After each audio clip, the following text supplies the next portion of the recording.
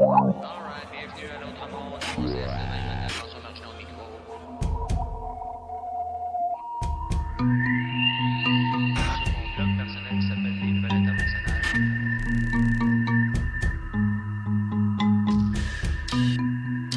Ah, il y a des trucs qui s'agissait aussi. Bon, en tout cas, là, je vais faire un annonce.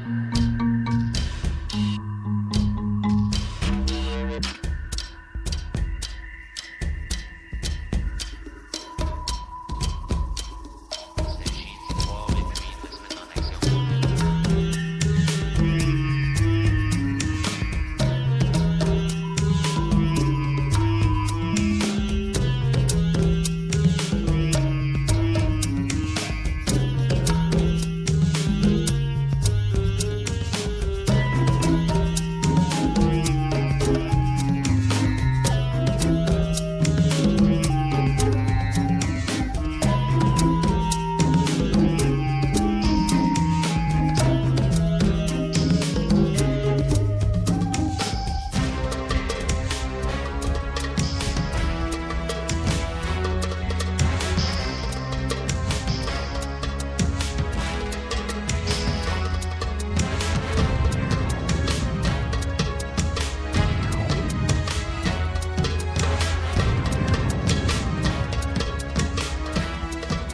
Eh bien, bienvenue dans votre cybervue de presse, l'autre monde, une dose de lucidité hebdomadaire pour stimuler la réflexion et inviter à l'action.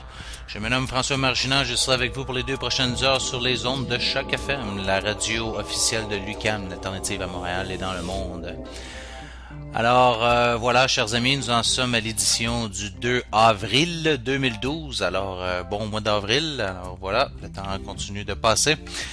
Et puis nous, cette semaine, nous allons avoir une émission qui va traiter, on va pas commencer avec Fukushima. On va aussi avoir des nouvelles de l'actualité mondiale, de l'économie et du Moyen-Orient. Donc on tourne vraiment autour de ces sujets à chaque semaine. C'est vraiment l'actualité la plus importante, les sujets les plus chauds à suivre. Alors ici à l'autre monde, nous faisons un devoir de dénicher les pièces d'information les plus importantes à chaque semaine et puis de vous les rapporter. Alors voilà, donc l'émission est lancée. Alors voilà, comme je vous disais, on va commencer à parler avec à parler du Japon en réalité. Très important, un sujet à suivre. Et puis je vais vous dire, ces quelques dernières semaines sont assez cruciales par rapport à ce qui se passe là-bas à Fukushima. Je l'ai répété souvent dans le passé, les médias ne vous rapportent pas du tout ce qui se passe là-bas, comme si il ne se passait rien, comme si tout était réglé, comme si tout était sous contrôle, quasiment comme si rien ne s'était passé là d'ailleurs. On vient de malheureusement célébrer, si vous voulez, le premier anniversaire de cette tragédie qui est Fukushima. Tremblement de terre qu'il y a eu là-bas, ensuite tsunami, et puis le reste c'est de l'histoire. Ça a frappé les centrales. On a eu différentes centrales nucléaires qui ont été touchées là-bas, dont particulièrement Fukushima Daiichi. Et puis, nous avons des développements assez dramatiques. Alors, réellement, là, il faut prendre le point, prendre le temps de faire le point sur la situation. Vous allez voir, j'ai ici 19 pages de liens avec des entêtes d'articles à vous présenter qui vont être présentes sur le site Les Nouvelles Internationales à chaque semaine. Je mets toutes les sources des informations dont je discute ici, alors sur Les Nouvelles Internationales, et puis vous pouvez aller les consulter vous-même. Alors, développement assez dramatique à Fukushima, comme vous allez pouvoir le comprendre. On va commencer premièrement avec un article ici fort intéressant. Vous savez, après avoir vécu Three Miles Island, ouais. Ensuite Tchernobyl, ensuite Fukushima et tous les autres accidents nucléaires connus et inconnus, parce que on se rend compte que c'est un domaine où il y a une chape de silence qui règne. Il y a vraiment un omerta autour de cette industrie qui est tout le temps liée avec le nucléaire militaire. Alors, si on comprend que l'histoire des centrales nucléaires actuelles qu'on utilise ont été choisies seulement parce qu'elles produisent un sous-produit qui est le plutonium, alors qu'on peut utiliser dans les bombes nucléaires, ben on va comprendre que, je veux dire, toute cette industrie est fortement motivée dans une direction qui est malsaine. D'ailleurs, vous allez trouver le deuxième article en liste dans la section Fukushima, un article qui parle de ces fameux réacteurs au fluoride de thorium liquide. Et puis, on aurait pu choisir cette allée-là depuis le début. Le thorium qui est énormément beaucoup plus sécuritaire que l'uranium qu'on utilise et même le plutonium. De par son concept même, son utilisation, il peut pas avoir de surchauffe parce que le liquide en réalité est évacué directement dans une autre cuve, donc il n'y a pas de possibilité de réaction en chaîne qui part hors de contrôle. Alors réellement là, c'est toute une différence et puis on a très très peu de sous-produits de plutonium et ainsi de suite, donc beaucoup moins de déchets nucléaires radioactifs là à stocker pendant très longtemps. Donc ça peut aller par des centaines d'années, sinon des milliers d'années. Alors, ben c'est ça. On se retrouve avec une quantité assez incroyable. Je me rappelle plus c'est quoi le nom. Le nombre, je crois que c'était 600, mais c'est vraiment sous toute réserve là, le nombre de centrales nucléaires qu'il y a dans le monde. Il y en a plusieurs. Et puis on n'est pas à l'abri de d'autres catastrophes qui pourraient arriver. Et puis d'ailleurs, on fait face à une très réelle possibilité d'une catastrophe nucléaire globale. Cet article-ci que je vous propose nous rapporte que dans les 152 dernières années, la Terre a été frappée par, grosso modo, environ 100 tempêtes solaires, causant évidemment, si vous voulez, des changements, des dérangements géomagnétiques, si on veut. Et deux d'entre eux, sur ces 100 tempêtes solaires, étaient assez puissantes pour être classifiées comme étant extrêmes. Alors, des événements extrêmes d'une magnitude assez importante qui, s'ils devaient se produire aujourd'hui, ceci entraînerait ou initierait une chaîne d'événements qui pourraient mener à des échecs catastrophiques, des problèmes très importants dans la vaste majorité de nos réacteurs nucléaires à travers la planète, similaires mais 100 fois pires que les désastres comme Tchernobyl et Fukushima. Puis vous avez les scientifiques de la NASA qui prédisent justement une de ces méga tempêtes solaires qui pourrait frapper et puis éteindre la plupart de notre grille électrique dans la plupart des pays à travers la planète, possiblement même pour des mois. Puis là, vous avez ici 7 sources dans cet article qui parlent de cette éventualité-là. Il y a aussi le fait que vous avez le champ magnétique de la planète Terre aussi qui nous protège contre les radiations les plus violentes du Soleil.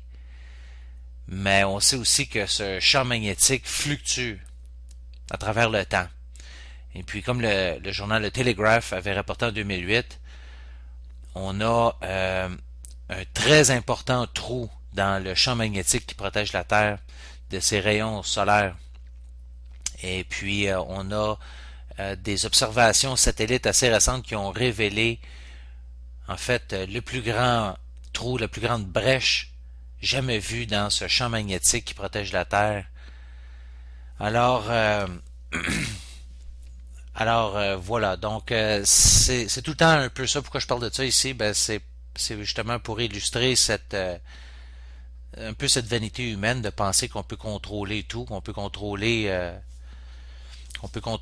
la nature, qu'on peut contrôler toutes les possibilités qui pourraient arriver, et puis on pense que ces technologies-là sont sécuritaires. On nous rassure que on les contrôle bien, que tout est bien géré, que les risques sont minimaux. Alors qu'en réalité, comme je l'ai déjà dit aussi dans le passé, dans le domaine du nucléaire, tout va bien jusqu'à temps que quelque chose arrive. Hein? Donc ça va bien jusqu'à la fin de la journée, et puis demain c'est une toute autre question. Donc là, vous allez comprendre cette histoire-là à la lumière aussi de d'autres données qui sont ressorties récemment et et qui nous rapportent qu'en réalité, vous avez une des centrales nucléaires à Onagawa, au Japon, qui elle a été sauvée du tsunami à cause de l'acharnement d'une seule personne, d'un seul homme, qui lui était déterminé à faire passer la construction vous avez des fameux murs qui sont construits, des brises-lames, si on veut, des brises-vagues qu'on construit en fait, au large de ces centrales qui sont situées sur le bord de l'océan pour l'éventualité justement d'une méga vague ou d'un tsunami. Alors, vous savez, on a tout le temps des précautions à prendre comme ça. Et puis, ben, c'est ça qui arrive, c'est que quand on est aux prises avec ce qu'on appelle des money junkies, des drogués à l'argent, ces gens-là vont toujours trouver une raison pour couper dans les sécurités, pour faire plus de profit. Hein, c'est tout le temps la même maudite affaire, finalement. C'est un peu comme l'histoire du Titanic dont on parle beaucoup ces temps-ci parce qu'on célèbre le 100e anniversaire. Là. C'est un peu la même maudite affaire. Je veux dire, un peu dans le même type de vanité humaine. Dans les deux cas, comme le Titanic, comme Fukushima, l'argent a pris préséance, si vous voulez, sur les mesures de sécurité et puis le gros bon sens. Alors, on rapporte dans cet article-ci que vous avez les fameux murs brise-lames, brise-vagues qui étaient censés protéger Fukushima, le réacteur nucléaire numéro 1 de l'océan, était de 10 mètres de haut. Et puis, en fait, celui qui défendait la centrale nucléaire d'Onagawa est de 14,8 mètres de haut. Et puis, la raison de ça, c'est à cause de cet homme, Monsieur Hirai, un Japonais, qui apparemment semble être la seule personne dans tout le projet à avoir poussé pour construire ce fameux mur brise-vague de 14,8 mètres, alors que tous ses collègues le voulaient à 12 mètres de haut. Il disait que c'était pour être suffisant. Il riait même de la proposition de M. Hirai et la catégorisait comme étant excessive. Mais parce que Hirai avait une certaine autorité puis une bonne drive, il a réussi à forcer la compagnie de Tohoku Electric et on a dépensé l'argent nécessaire pour construire ce fameux bouclier de 14,8 mètres de haut. Et puis 40 ans plus tard, le 11 mars 2011, eh ben, une vague de 13 mètres de haut du tsunami avait frappé les côtes à Nagawa. Et puis cette centrale elle a survécu seulement à cause de cet homme, un homme. Alors que la centrale de Daiichi, elle, n'a pas survécu pour les mêmes raisons, parce que on pense tout le temps qu'on est plus fin que la nature, plus fin que toutes les possibilités de ce qui pourrait arriver. Ouais, alors évidemment que ça fait en sorte que les gens commencent à être évidemment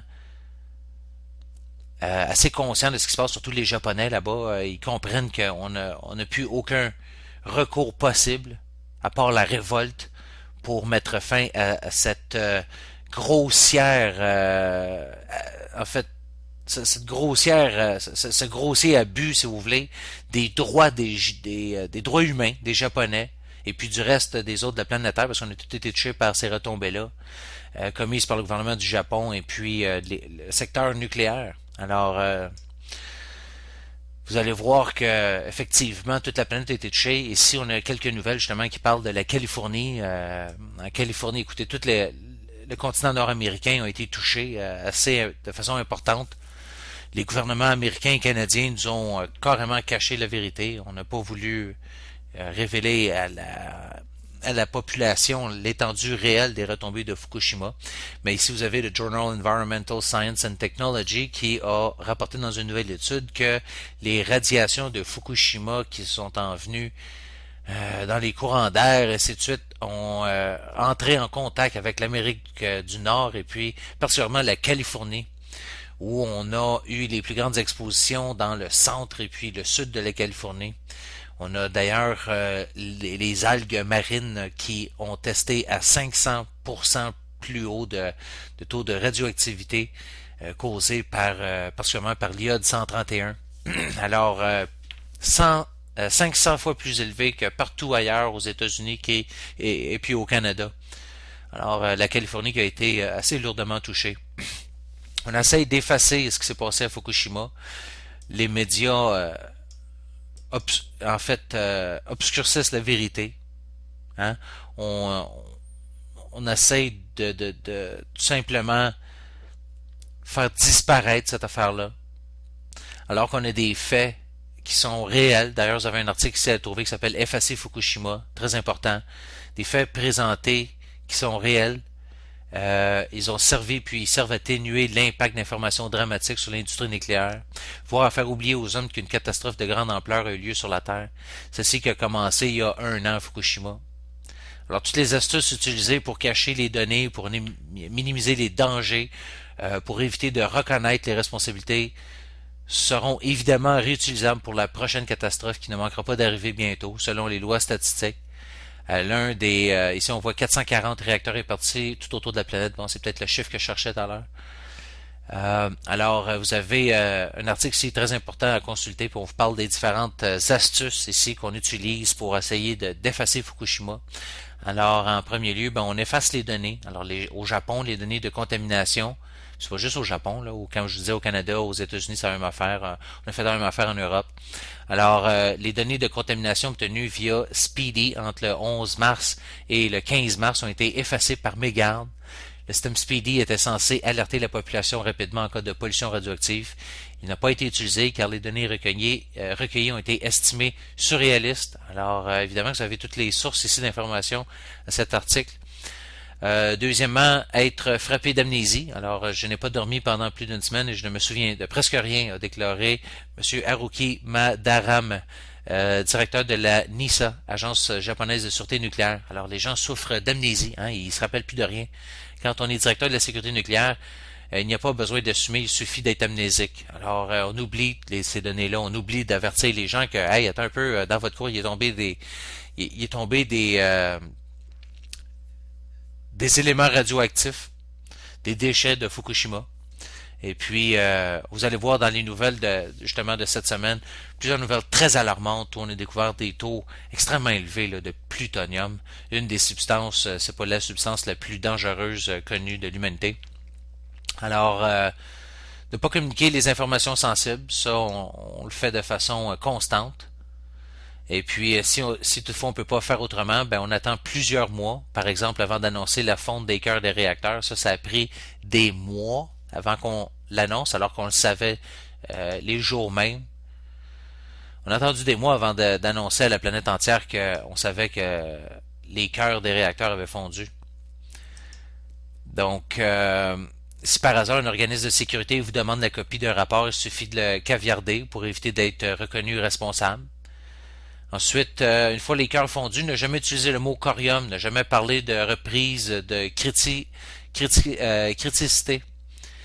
Si on parle par mégarde de ces trucs-là, on doit se rétracter immédiatement. Surtout ne pas diffuser les images des explosions. La vidéo de l'explosion de l'unité 4 n'a jamais été rendue publique. Vous rendez-vous compte de ça? La vidéo de l'explosion de l'unité 3 ne doit plus être diffusée parce que c'est elle qui avait du MOX à l'intérieur. Alors, on ne les présente plus dans les médias. C'est comme si ça s'était jamais produit. Puis on a encore une vidéo d'une explosion de l'unité 4 qui n'a jamais été rendue publique, chers auditeurs. C'est incroyable. Le documentaire Fukushima de Thierry Lefranc, d'ailleurs, ne montre aucune explosion. Pourtant, cette vidéo est censée expliquer les circonstances de la catastrophe. Alors, c'est assez incroyable. Vous l'avez ici, une citation. On parle du déroulement de l'accident de Fukushima Daiichi. Ne montre pas l'explosion de l'unité 3. Pourtant, ce film est censé détailler le déroulement de l'accident de la centrale de Fukushima Daiichi. Alors, on fait des documentaires sur l'accident de Fukushima, puis on présente pas les images les plus importantes. Alors, c'est incroyable. Et bien sûr, c'est une explosion dont on a malencontreusement diffusé la vidéo, a une allure bizarre, a un panache noir ou est trop puissante, surtout martelé qu'il s'agit d'une explosion d'hydrogène. Hein? On veut pas que les gens pensent que ce soit une explosion nucléaire. Il n'est pas nécessaire d'en dire plus, les gens n'y connaissent rien en explosion nucléaire. Nier une explosion si elle n'est pas visible. TEPCO a modifié sa position sur l'existence d'une explosion dans le réacteur 2 et a conclu, 7 mois après les faits, qu'elle n'a pas eu lieu. Il est en effet préférable de nier ce qui ne se voit pas. 3 explosions au lieu de 4, c'est toujours ça de prix.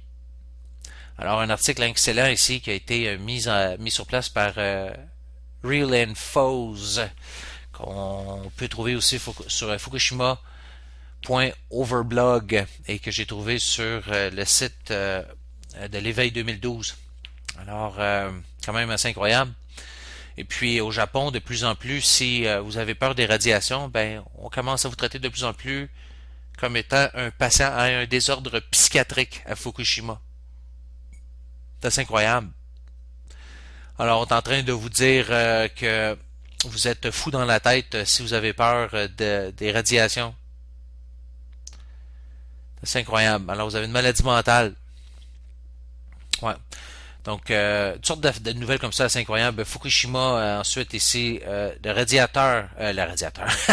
réacteur de Fukushima montre des niveaux de radiation beaucoup plus élevés qu'on pensait préalablement. On a examiné avec un endoscope industriel le réacteur, un des réacteurs là-bas, et puis on a détecté des taux de radiation 10 fois plus élevés, en fait, que la dose fatale à l'intérieur de la chambre.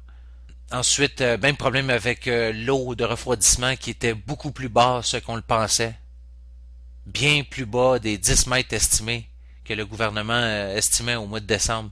On en avait seulement que 60 centimètres. Imaginez. Ensuite, réacteur numéro 2, des radiations beaucoup trop élevées pour être accédé. Écoutez là ici les taux.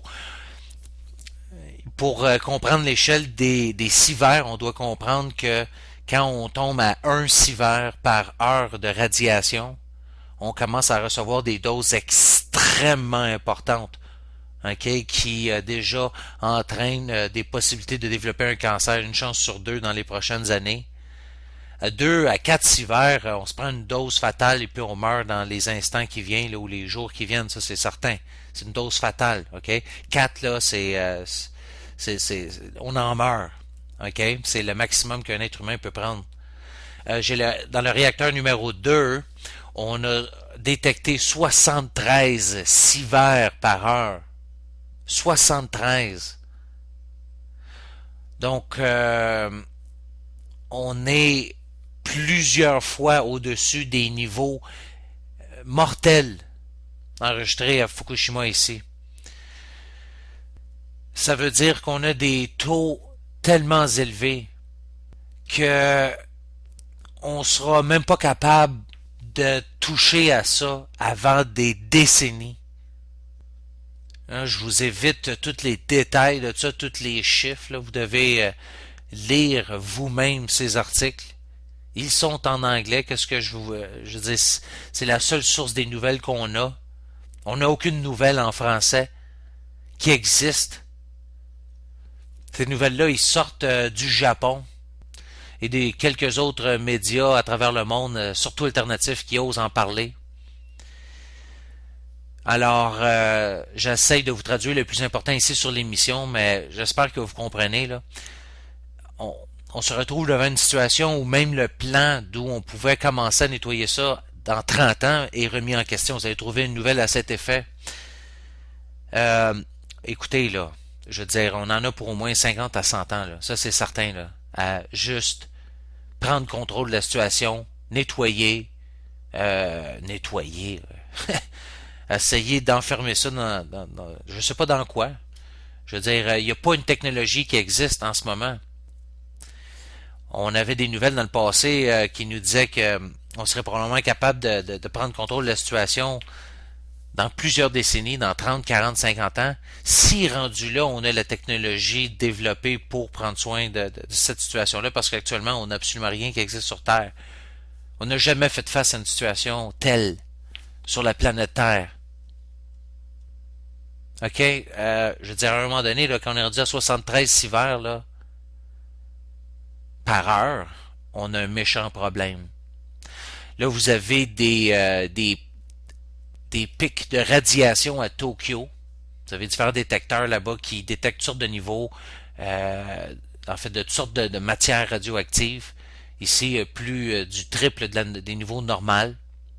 On a des nouvelles absolument alarmantes sur un paquet de trucs qui se déposent partout, des hauts taux de césium, des radiations qui sont trouvées dans le poisson du Pacifique. Arrêtez donc d'acheter des produits de l'océan qui viennent du Pacifique.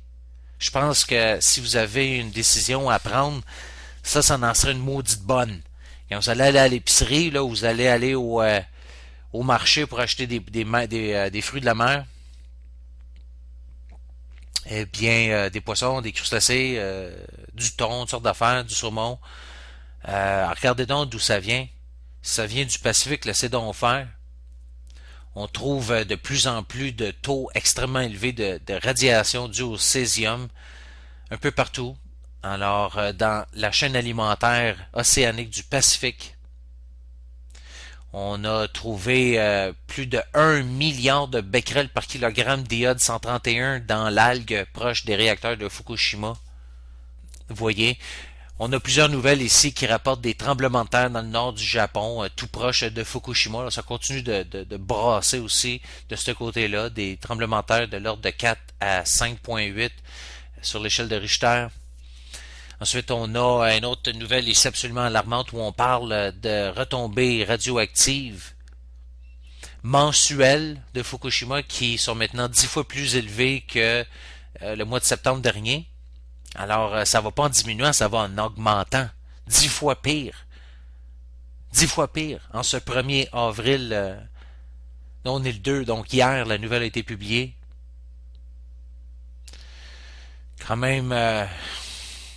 donc, vous voyez que ça s'améliore pas, là. Donc, vous avez des taux d'iode de 131 qui augmentent aussi à 350 km de Fukushima. Des radionucléides qui commencent à se transformer en d'autres substances, comme le tellurium, qui est en train de se transformer en iode. Alors, ça vient d'un officiel local là-bas. Puis, on apprend aussi que le gouvernement japonais n'a pas révélé aussi des détections de plutonium 241, des doses de radiation qui sont 50 fois plus élevées que le total des 3 autres types d'isotopes de plutonium qui ont été mentionnés. Alors, voyez des nouvelles là, vraiment, vraiment inquiétantes. Là, je veux dire, on n'en parle pas dans les médias. C'est ça qui est le plus débile. Donc, une multitude de trucs comme ça, allez voir. Ensuite, les plus hauts taux de radiation mesurés jusqu'à date, 37 fois les limites gouvernementales détectées dans une rivière à truites qu'on a testé à 40 km de Fukushima Daiichi. Et puis un autre ici qui nous parle de Fukushima qui est sur en fait sur le point, pas sur le point, mais qui risque une nouvelle fusion nucléaire. On parle de ces nouveaux des niveaux d'eau, de refroidissement qui sont beaucoup plus bas que ceux qui étaient estimés. J'en parlais un peu en début de chronique. Donc, quand même, vous voyez là que on a une situation ici qui est des plus importantes, des plus alarmantes, et qui est complètement ignorée par les médias de masse, par les autorités gouvernementales, par les départements de la santé de tous nos pays. Donc, vous avez plusieurs nouvelles comme ça qui parlent de ça. Le New York Times, ici, on parle des dommages au noyau du numéro 2. Pire que ce qu'on pensait. On dit que l'eau du réacteur pourrait se déverser directement dans l'océan ou sous la centrale. On parle d'un risque encore de fusion du combustible encore, selon un professeur en ingénierie nucléaire.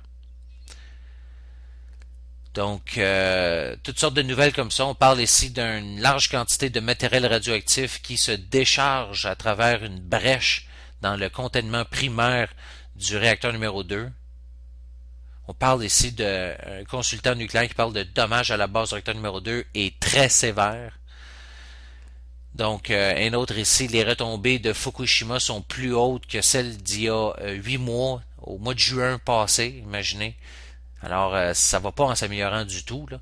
On dit les radiations 10 fois plus élevées que les experts espéraient au réacteur numéro 2, numéro 1 et numéro 3 sont même pires. C'est absolument débile. Euh, donc, un paquet de nouvelles comme ça. Un autre ici, un professeur en radiation du Japon qui parle que la ville de Fukushima devrait être évacuée. La chambre de suppression ici, selon NHK, un réseau japonais, parle que la chambre nucléaire qui contient le réacteur numéro 2 a été détruite. On dit ici que le combustible qui a fondu pourrait ne pas être recouvert par de l'eau. J'en parlais aussi dans les nouvelles précédentes. Donc, plusieurs nouvelles comme ça. Voyez, là, c'est vraiment, vraiment hallucinant là, ce qui se passe là-bas. Donc, allez voir ces nouvelles-là. Une multitude de nouvelles à voir dans ce dossier-là. Donc, nous, on va faire une petite pause et puis après ça, on va revenir avec les nouvelles de l'actualité. On va parler de trucs assez importants aussi à ce niveau-là. On va se garder un peu de temps aussi pour l'économie encore cette semaine. On va essayer d'en parler chaque semaine. Je sais que j'ai jamais le temps d'en parler autant que je veux, mais qu'est-ce que vous voulez? On a des sujets qui sont tellement importants. J'aurais besoin d'une émission de 5 heures, puis on n'arriverait même pas à faire le tour encore. Alors, on fait ce qu'on peut dans le temps. Donc, reste à l'écoute. On se retrouve immédiatement après cette petite pause. Retour à l'autre monde. Alors voilà, on va poursuivre avec les nouvelles de l'actualité maintenant, mes amis. Alors on va regarder ce qui a trait à l'actualité mondiale. On a évidemment beaucoup de trucs à couvrir. Alors je vais essayer de couvrir le principal là, en se gardant un peu de temps là, pour évidemment le Moyen-Orient et puis aussi l'économie, dossier qui est très très chaud. Je reçois tout le temps beaucoup de vos courriels, je vous remercie. J'ai pas tout le temps le temps de vous répondre. Là. Je veux dire, à un moment donné, ça devient complètement fou. Tout ce que je dois faire en 24 heures, mais réellement, je vous lis tous avec grands intérêts et puis c'est tout le temps bien enrichissant. Souvent des bons commentaires, ça donne beaucoup d'énergie, de motivation, mais aussi des gens qui m'apportent des pièces d'information que des fois je partage ici sur l'émission d'ailleurs, ça en vaut la peine. J'ai quelqu'un aussi qui m'a écrit un petit détail à corriger dans l'émission de la semaine passée quand je parlais de l'ADL qui était classé comme un groupe terroriste aux États-Unis. Et puis c'était une erreur, ce n'est pas l'ADL, c'est la JDL qui est classé comme un groupe terroriste, donc interdit aux États-Unis et en Israël d'ailleurs. Bon, il faut quand même mentionner que l'ADL, comme il le mentionnait, semble ne pas être en règle aussi parce qu'ils ne sont pas inscrits au registre des lobbies étrangers, mais voilà qui est un sujet différent. Alors, importante correction faite. Ensuite, je voulais parler brièvement là, encore de cette grève étudiante. Vous avez vu encore la semaine passée l'émission n'avait pas pu être diffusée à temps le lundi. Alors des fois, les auditeurs m'écrivent et puis qu'est-ce qui arrive, où l'émission, vous avez d'importantes manifestations ici au Québec de la part des étudiants contre la hausse des frais de scolarité. Et puis, étant donné que les studios sont évidemment dans l'Université du Québec à Montréal, eh ben des fois, les pavillons de l'université sont fermés, sont bloqués d'accès. Alors, ce fut le cas, là, je crois, 2 reprises là, dans les semaines passées. Alors, ça se peut que ça arrive encore. Et puis, nous, ici à l'Autre Monde, on supporte totalement les étudiants dans cette démarche. Alors, donc, ne vous surprenez pas, ceci peut arriver encore dans les semaines à venir. Et puis, parlant de grève étudiante, eh ben, notons d'ailleurs que l'élite commence à trembler sérieusement. J'ai remarqué cette semaine, c'est devenu vraiment flagrant là. J'entends ça de quelques analystes, de la bouche d'analystes qui sont des anciens politiciens, dont un ici d'une station de radio que j'écoute des fois en m'en allant au boulot. Et puis monsieur s'appelle Jean Lapierre, pour ne pas le nommer, et puis c'est assez comique d'entendre sa chronique et puis de l'entendre un peu paniquer, et puis de transmettre cette panique un peu des milieux de l'élite. Alors on dit que là, ça suffit, on commence à faire peur à la population en disant que là, les groupes étudiants vont commencer à être détournés par des agents malfaisants et puis que là, on vit dans un état de droit où la loi doit régner. Alors fermez votre gueule maintenant que vous avez protesté, euh, que vous avez manifesté votre désaccord face à ça. Eh bien là, ça suffit. Maintenant, vous avez suffisamment utilisé votre droit d'expression et de mécontentement. Et puis maintenant, rentrez dans les écoles et puis fermez votre gueule. Hein. Vous voyez que l'élite commence à avoir peur. Alors, on commence à démoniser un peu le mouvement étudiant. On sort des sondages qui nous montrent que la population les supporte de moins en moins. Alors, on essaie de nous faire finalement de nous faire croire que finalement le support à cette grève étudiante diminue de plus en plus et puis que les étudiants perdent de plus en plus leur légitimité, ce qui est totalement faux. En réalité, vous devez comprendre qu'on a de plus en plus peur dans les cercles des politiciens, au gouvernement, de l'autorité finalement, face à cette révolte qui continue de s'ancrer, de se développer. Vous avez les étudiants qui sont extraordinairement créatifs. C'est incroyable. On fait toutes sortes d'actions à droite et à gauche, des actions surprises qui frappent à différents endroits. Alors la police est bien désemparée face à ça. Normalement, on fait une manifestation à un endroit et puis c'est facile à contrôler, alors que là, vraiment, on utilise toutes sortes de stratagèmes justement pour contourner, si vous voulez, la réaction étatique. Alors réellement, c'est assez incroyable. Et puis une affaire qui est à noter, c'est de voir aussi toute cette propagande du gouvernement qui commence à circuler sur les ondes et puis à la télévision. Alors, vous avez le gouvernement qui a dépensé beaucoup de notre argent pour passer des annonces des annonces gouvernementales, des messages publicitaires pour vendre le point de vue du gouvernement. Alors, dans ces annonces qu'on entend à la télévision et à la radio, c'est incroyable, là, je veux dire, vous devez voir comment ça fonctionne. On a l'impression de vivre dans un état incroyablement tyrannique, là, je veux dire, c'est incroyable. On a l'impression de vivre en Union soviétique, là. Vous savez, le gouvernement qui sait très bien qu'il n'a aucune légitimité dans ce dossier-là, alors dépense de notre argent pour passer des annonces lave-cerveau, pour nous dire que le gouvernement s'occupe bien des étudiants, qu'on aime les étudiants, qu'on les aime, qu'on les fait des grosses caresses, puis et qu'on les embrasse fort, là. Et puis, oui, on se préoccupe de leur futur, et puis que là, on injecte beaucoup d'argent dans les programmes pour les étudiants, qu'on bonifie les prêts et bourses pour les étudiants, puis, oh mon Dieu, qu'on les aime, les étudiants, nous, en tout cas, le gouvernement, là, oh wow, c'est fantastique. Puis là, j'ai vu des annonces du gouvernement fédéral, parce que vous savez, ici, on veut repousser l'âge de la retraite à 67 ans. En fait, la décision apparemment est déjà prise. On va commencer à faire ça dans les prochaines années. Alors, ça commence à prendre forme, je pense, d'ici 2015 jusqu'à des années 2020 quelques. Et puis là, ben, on essaye de vous préparer aussi, mentalement, en dépensant votre argent, encore là, les deniers publics, l'argent des payeurs de taxes, en vous passant des annonces dans les médias, dans les grands médias, en vous disant que là, on a des programmes fédéraux super cool, vraiment fantastiques et sympathiques, où on voit les personnes âgées qui peuvent retourner au travail. C'est tellement cool. Après avoir travaillé toute leur vie à la sueur de leur front, puis avoir sauvé, épargné pour prendre leur retraite, ben là, la plupart de ces gens-là, ils arrivent à la retraite puis ils se rendent compte que l'argent a tellement perdu de valeur que leur épargne pour leur retraite ne valent plus rien, si ce n'est pas que leur fonds de retraite, fonds de pension, ne s'est pas tout simplement volatilisé, est disparu, n'existe plus ou a été solidement amputé.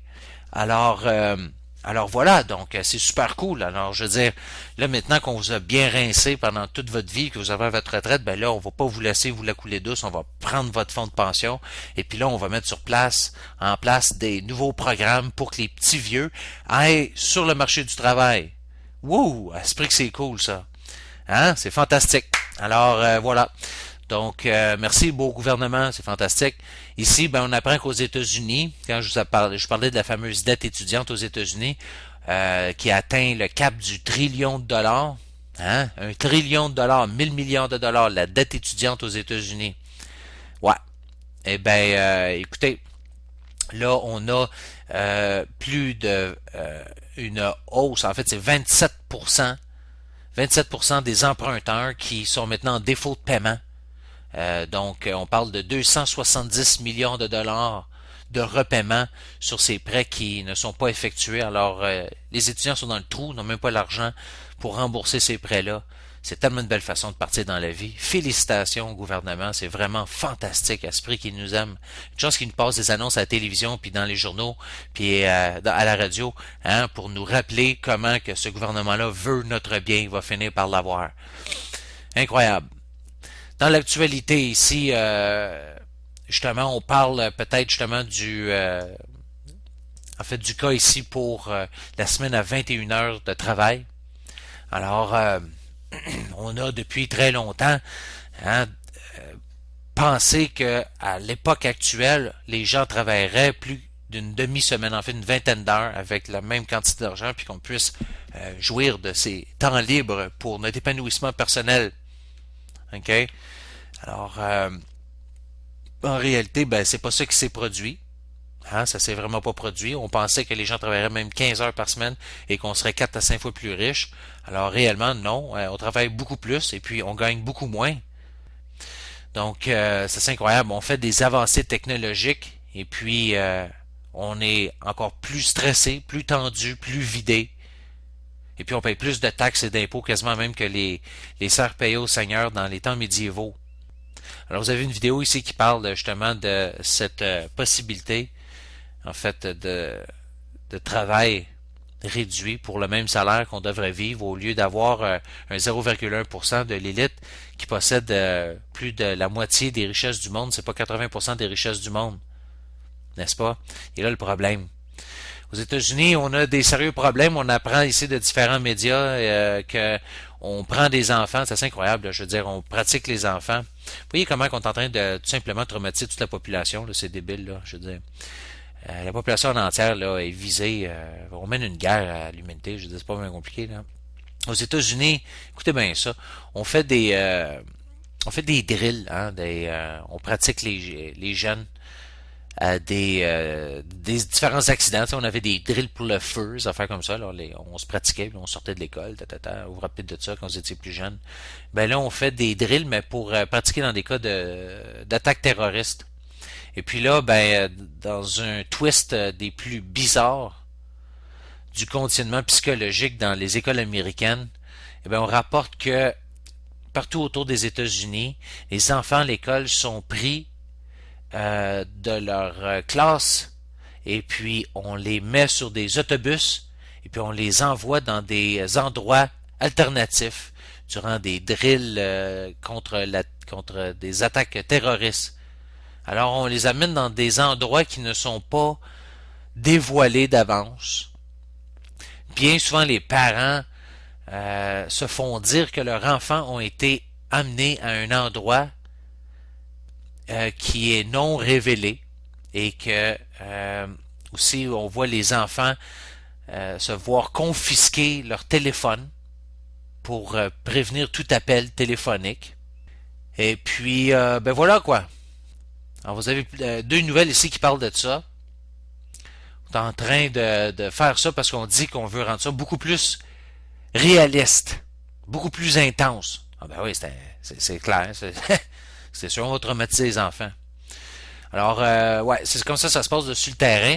Vous avez le Congrès qui a décidé de permettre aux employeurs de demander à Facebook les mots de passe des utilisateurs, des gens qui voudraient potentiellement employer. C'est assez incroyable. Alors, on dit que le Congrès va permettre aux employés de demander des informations confidentielles, comme les adresses courriels, les adresses pour entrer sur, puis les mots de passe pour entrer sur Facebook, les comptes Twitter, ainsi de suite. Donc, vous voyez, Big Brother continue de s'installer. Opération Global Blackout, ça c'est quoi cette affaire-là? C'est des hackers qui ont l'intention de fermer l'Internet Alors, ça, c'est la dernière menace sur l'Internet qui est sortie. Alors, on est en train de faire la même affaire à l'Internet, c'est-à-dire de simuler des attaques terroristes, des attaques faites par des hackers, et puis après ça, ben, on va justifier de prendre contrôle d'Internet. Hein? Google qui fait face à des amendes massives à propos d'abus. On allègue que Google aurait utilisé, en fait, aurait abusé de sa dominance sur l'Internet. Ouais, Google qui réellement est en train de verser dans le mal. Oui, mesdames et messieurs. Ensuite, vous avez l'Amérique, les États-Unis qui se placent au premier rang parmi les nations occidentales pour l'exécution de ses citoyens. Wow, alors c'est fantastique. Alors ça vient de Amnesty International. Alors le FBI qui ici aussi c'est assez incroyable. Il y a tellement de nouvelles comme ça, c'est assez particulier. Vous avez ces attaques terroristes qui s'étaient produites à Oklahoma City. Vous vous rappelez de ça. Et puis là, vous avez le FBI qui a dû s'expliquer en cours par rapport au fait que on a des enregistrements qui sont manquants. Et puis là, le juge a déclaré que les explications du FBI, à savoir pourquoi ces enregistrements sont manquants, n'étaient pas crédibles. Alors, évidemment qu'on a plusieurs problèmes avec la version officielle de cet attentat terroriste-là, comme plusieurs autres, comme celle du 9/11, comme celle à Madrid, comme celle à Londres, à Bali, ainsi de suite. Beaucoup de problèmes avec ces versions officielles qui, en réalité, on voit, ne tiennent pas la route dès qu'on commence à les analyser. Et puis les comparer avec des éléments d'évidence qu'on a déjà. Alors, bon, un autre exemple de ça, là, des attentats à faux pavillons perpétrés par des services secrets, par les réseaux néfarieux, des canaux du pouvoir américain, et puis de nos différents pays. Donc, vous avez aussi des nouvelles lignes de conduite contre le terrorisme qui donnent aux autorités un accès vaste à des infos personnelles d'innocents américains. Alors, ça, c'est l'attorney US général Eric Holder qui a signé des mesures qui vont donner beaucoup d'expansion et de pouvoir. Il va permettre au National Counter-Terrorism Center d'avoir des informations personnelles et puis de les garder sur des périodes très longues de temps. Et même si la personne n'est pas suspectée d'aucune implication dans le terrorisme, alors peu importe, on va monter des dossiers sur vous. Alors, on est en train de contrevenir à toutes sortes de sections de la Constitution américaine, dont le 4e amendement de la Constitution des États-Unis, qui garantit la liberté contre des fouilles et des saisies non raisonnables. Alors, toutes sortes d'affaires comme ça qui se passent. Je dis Big Brother, les totalitaires qui est en train de s'installer aux États-Unis et partout dans nos pays. Vous avez aussi cette fameuse en fait là, du Homeland Security Act, le Patriot Act, et puis le signement du NDAA, qui a été aussi les nouvelles guidelines, là, les nouvelles lignes de conduite là, signées par l'Attorney General Holder, qui, à travers toutes les données sur des gens parfaitement innocents, des civils, peuvent être gardés pendant 5 ans. Et puis le passage du HR 347, qui fait en sorte que les Américains, les citoyens américains, vivent maintenant dans une Amérique post-constitutionnelle où aucune de ces protections est garantie que les Américains avaient à travers la Constitution et puis le Bill of Rights n'existe plus. Alors réellement, là, il n'y a plus aucune protection de la Constitution. Tout est tombé, je veux dire, avec tous ces trucs-là qui ont été passés récemment. On a affaire à une nouvelle tyrannie aux États-Unis, officiellement on peut l'annoncer. Vous avez tout un scandale aussi des vols de bagages à l'aéroport de JFK, aux États-Unis, plus de 200 vols par jour. Imaginez, c'est assez incroyable. Ça, c'est à l'aéroport international de John F. Kennedy. Là, on vole de l'argent, des bijoux, des biens électroniques et toutes sortes de trucs comme ça. Hey, 200 par jour, imaginez. Ça a été rapporté par CBS 2. Ensuite, Microsoft qui censure Windows, Live, Messenger. Alors, en fait, les chats, en fait, les gens qui parlent sur Windows, Live Messenger, peuvent être maintenant censurés sous les nouvelles lois mises en place supposément pour lutter contre le piratage. Ah ouais, alors c'est assez incroyable. Alors vous voyez un peu partout là où c'est qu'on se fait suivre à la lettre. Alors, c'est ça, ça fait un peu un clin d'œil avec ce qu'on parlait la semaine passée là, hein, avec le fameux passage de la loi C10 ici au Canada qui, à toute fin pratique, sonne la mort de la liberté d'expression au Canada. La censure qui embarque, la police de la pensée, même affaire en France avec la nouvelle loi de Sarkozy. Et puis on dit vouloir surveiller l'Internet hein, pour lutter contre le terrorisme et puis lutter aussi contre la pédophilie et l'exploitation infantile sexuelle. Alors que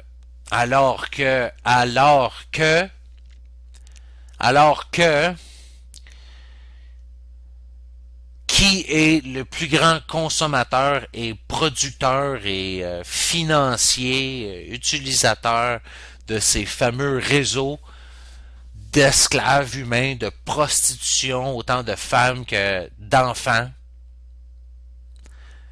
Eh bien, ce sont les mêmes réseaux financiers, mêmes réseaux de banquiers, mêmes réseaux de politiciens, élitistes, réseaux d'ambassadeurs, de hauts placés, et ainsi de suite. On parle du Ambassador Club ici au Canada. On parle des différents réseaux d'exploitation d'enfants. Et puis, ici, vous avez un article incroyable. J'ai tout un dossier là-dessus. Un dossier que je me garde bien ici que je me garde un peu comme une police d'assurance. Un dossier très important sur la pédophilie, l'exploitation des enfants pour le commerce du sexe et ainsi de suite. D'une variété de réseaux de politiciens mélangés avec des gens du pouvoir à différents endroits, corporatifs, financiers, banquiers, médias, ainsi de suite, des religieux, des gens de l'étranger, ainsi de suite. Alors, dossier extrêmement incriminant. C'est important d'avoir des petites polices d'assurance comme ça. Tu sais, s'il arrive de quoi comme ça, ben pouf, tu sors ça, tu mets ça sur la table. Hein? Fait que tu penses vouloir nous intimider avec vos lois C10 et ainsi de suite. Vous pensez que c'est nous autres qui est à surveiller pour la pédophilie et ainsi de suite. Eh ben, j'ai des petites nouvelles pour vous autres. Vous avez un excellent article qui est sorti ici. Ça s'appelle Financiers and Sex Trafficking. Ça a été publié par le New York Times. Oui, mesdames et messieurs. Le 1er avril 2012. Le plus gros forum pour le trafic sexuel de petites filles, de fillettes aux États-Unis apparaît être un site web appelé Backpage.com. Alors, vous avez un genre de réseau de femmes et de fillettes, plusieurs étant en très bas âge, qui sont forcées dans la prostitution, qui, à son tour, est la propriété d'une compagnie privée assez opaque, nommée Village Voice Media. Et puis, jusqu'à maintenant, il n'était pas clair qui étaient les ultimes propriétaires. Et puis maintenant, ce mystère a été résolu. Les propriétaires se trouvent à être une gang de financiers d'équité privée, incluant, roulement de tambour, Goldman Sachs, qui avait 16% dans cette firme d'équité privée. Goldman Sachs a été mortifié lorsque le journaliste a commencé à poser des questions la semaine passée à propos de ses actions qu'il possédait dans ce site internet américain, le premier, le plus important, qui distribue des publicités pour la prostitution. Et lorsque le fameux journaliste avait commencé à contacter Goldman Sachs avait commencé à travailler de façon quasiment hystérique pour vendre ses parts dans ce site internet. Et puis a rappelé le journaliste pour après ça lui dire qu'il avait signé un accord de vendre toutes ses parts. Et en disant qu'il n'avait aucune influence sur les opérations de ce site internet. À voir dans ce cas-là, on parle ici d'un cas récent à New York où on avait des prosécuteurs qui disaient qu'une fille de 15 ans avait été droguée, attachée, violée et puis vendue à des gens à travers le site Backpage et puis d'autres sites. On dit que Backpage a 70% du marché pour les annonces, les publicités de prostitution, selon un groupe qui s'appelle AIM Group. Donc, c'est quand même assez incroyable, mais c'est vrai. Vous avez 19 sénateurs américains qui ont écrit à cette compagnie lui demandant d'arrêter d'essayer d'attirer des trafiquants. Et puis, vous avez même une signature, en fait une pétition qui a rassemblé plus de 220 000 signatures qui ont été remises à cet effet-là. Et puis, dans l'État de Washington, vous avez le gouverneur qui a signé une loi qui vient tout juste de le faire, qui pourrait exposer justement Backpage, qui pourrait exposer Backpage à des sanctions criminelles s'il place des publicités de jeunes filles pour avoir, en fait, pour le marché du sexe, sans vérifier leur âge. Alors, toutes sortes d'affaires comme ça, quand même assez incroyables. Et puis, ben, vous avez les deux plus importants propriétaires qui sont Jim Larkin puis Michael Lacey, qui sont les managers de la compagnie et qui semblent avoir la moitié des parts de cette compagnie. Et puis l'autre propriétaire le plus connu, c'est Goldman Sachs, qui a investi dans la compagnie à l'an 2000. Alors, n'est-ce pas incroyable? Et puis vous avez le directeur de Goldman Sachs, un des directeurs en management de Goldman Sachs, s'appelle Scott L. Lebovitz, qui lui siégeait sur le comité de gestion de Village Voice Media pour plusieurs années, et lui qui a quitté Goldman Sachs au début de 2010. Goldman Sachs qui est, voyez là, je veux dire, est impliqué là-dedans. Puis ça, c'est un détail parmi d'autres. Là. Je vous dis, j'ai un important dossier sur ça. Des grosses légumes qui sont impliqués dans le trafic d'humains, trafic des fois même d'organes, de jeunes enfants, ainsi de suite. Ouais. Alors, quand même, assez spécial. Donc, un article à aller voir sans faute.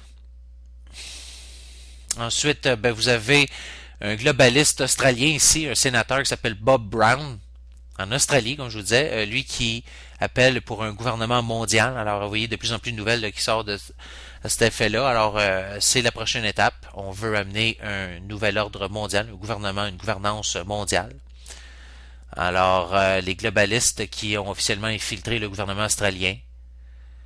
Et puis maintenant, ils sont sur la route pour avoir l'Australie comme étant un des leaders dans le monde pour introduire un gouvernement global et puis un nouvel ordre mondial. Et puis à cet effet-là, eh bien j'ai un auditeur ici qui m'a écrit, très intéressant. Là, j'ai consulté cette affaire-là, c'est très très très intéressant. On parle de ce nouvel ordre mondial. Il est important de comprendre qui sont derrière. Et puis, on a plusieurs acteurs. On a des groupes de pensée, des think tanks, comme on les appelle en anglais. On a un groupe ici qui s'appelle The World Federalist Movement. qui se nomme le Mouvement fédéraliste mondial en français, qui est une organisation internationale qui rassemble des associations et des citoyens, dit-on. Ça, c'est un petit dossier que j'ai récupéré sur Wikipédia pour vous faciliter l'accès à ça. Mais vous pouvez faire des recherches plus poussées. Vous allez comprendre un peu comment ça fonctionne, comment, en fait, d'où part en réalité ces idéologies, ces pensées pour le nouvel ordre mondial, la gouvernance mondiale, ces agendas, savoir comment qu'on s'y prend. Ben, il faut aller voir qui sont ces gens qui sont derrière. Je veux dire, il y a des gens qui sont derrière ça, c'est pas juste dire ils ou commencer à paranoïer dessus des conspirations. Là, je veux dire, il faut aller voir qui sont concrètement derrière ça. Et puis là, ben, ici, vous en avez un exemple très important. La World Federalist Movement, le WFM.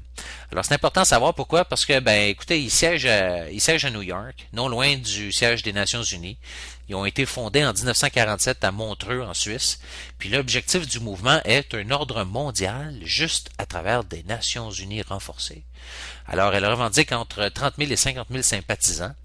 Et puis, le WFM demande un gouvernement mondial fédéral permettant de mener des politiques globales sur le principe de l'état de droit. Il s'agit d'un mouvement pro-mondialiste militant en faveur d'un fédéralisme intégral. Cet objectif pourrait être accompli en renforçant et en démocratisant les institutions internationales existantes et en leur conférant une autorité constitutionnelle. Ben ouais. Les fédéralistes mondiaux soutiennent la création de structures démocratiques mondiales responsables devant les citoyens. Ben ouais. Alors ça, évidemment que c'est tout le temps la belle présentation officielle. Là. Alors oui, démocratie, c'est comme quand on va aider les Libyens avec des bombes uranium appauvries pour les libérer. Là. Hein? Donc, on les ensevelit sous des déchets nucléaires en leur criant des mots à la tête comme « Liberté! Démocratie! »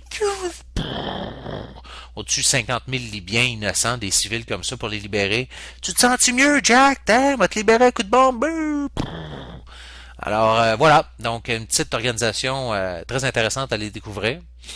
Ici, un article qui parle de l'ascendance des sociopathes dans la gouvernance américaine. Alors, j'en ai parlé dans le passé, puis je continue d'en parler parce que de plus en plus d'articles en font état, et puis les gens en prennent conscience. Ouais, c'est que nos gouvernements ont été pris de contrôle, pris d'assaut, un coup d'État silencieux par des psychopathes. Une certaine classe de gens qui maintenant sont en plein contrôle de nos institutions majeures. Même affaire aux États-Unis, même affaire dans nos pays. Et puis, ben écoutez, leur croyance, leur attitude s'insinue à travers toute la toile économique, politique, intellectuelle, psychologique, spirituelle de toute notre société. Et puis ces gens-là, ces psychopathes, ces sociopathes, manquent complètement de conscience. Hein? Ils n'ont aucune capacité pour un regret réel, hein, de faire mal à quelqu'un. Alors, ces gens-là n'ont aucune empathie, bien qu'ils prétendent l'opposer. Hein? C'est comme ils disent « Ah, pauvre petit peuple libyen! Ah, pauvre petit peuple syrien! Ah, pauvre petit peuple irakien! Ah, pauvre nous! Pauvre petit peuple! On va vous libérer! » Bouh! Un coup de bombe! Badang! Bang! Ils démolissent le pays au complet, les infrastructures, les écoles, les conduites d'eau, ainsi de suite. Le pays retombe 30, 40, 50 ans en arrière au niveau technologique, au niveau des infrastructures et ainsi de suite. Mais on dit avoir beaucoup de compassion pour ces pauvres gens qu'on veut libérer et apporter la démocratie. Hein? Donc, c'est ça. Et puis, ces gens-là se considèrent tout le temps supérieurs à quiconque.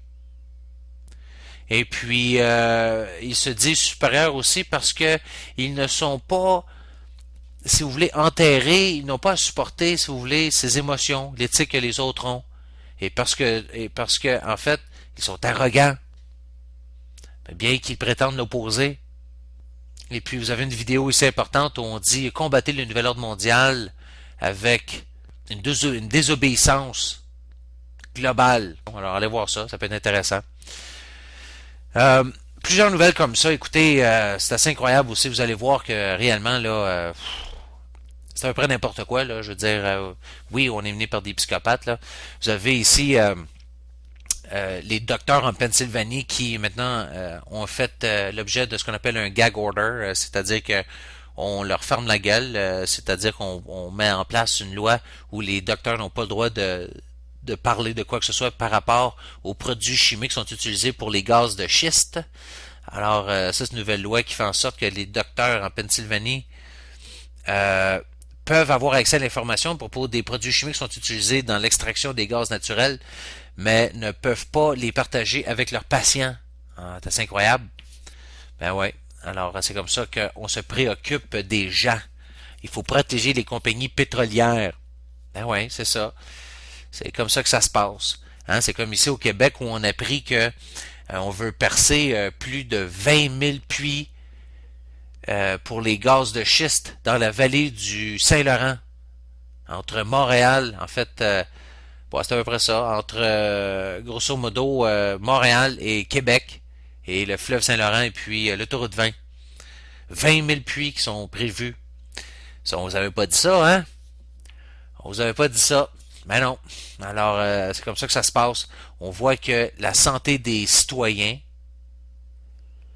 ne représente absolument rien pour les gens qui sont en place, ces fameux psychopathes, législateurs, politiciens, ainsi de suite. Alors, écoutez, on a introduit un paquet de produits chimiques comme ça dans le terrain. Et puis, ces trucs-là se retrouvent un peu partout, dans les nappes phréatiques, et puis les gens vont se ramasser avec des cancers, et ainsi de suite.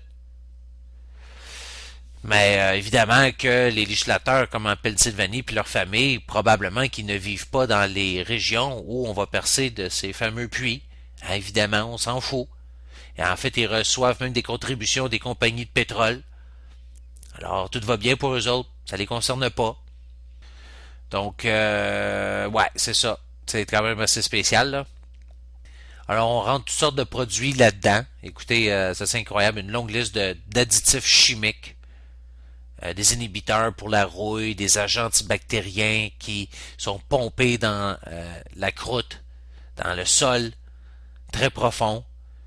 Et puis, c'est le cas ici, comme en Ohio, ici on en parle, où on parle qu'on a d'une formation de roches très perméable.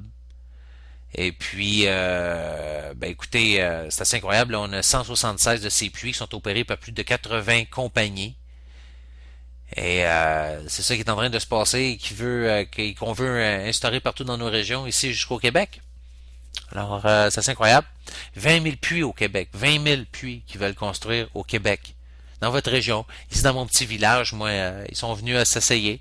Alors, les gros camions, tout, le trafic lourd, toute la saleté, la flamme qui brûle durant la nuit, qui crache de la fumée dans le ciel, puis tout ça, c'est un puits.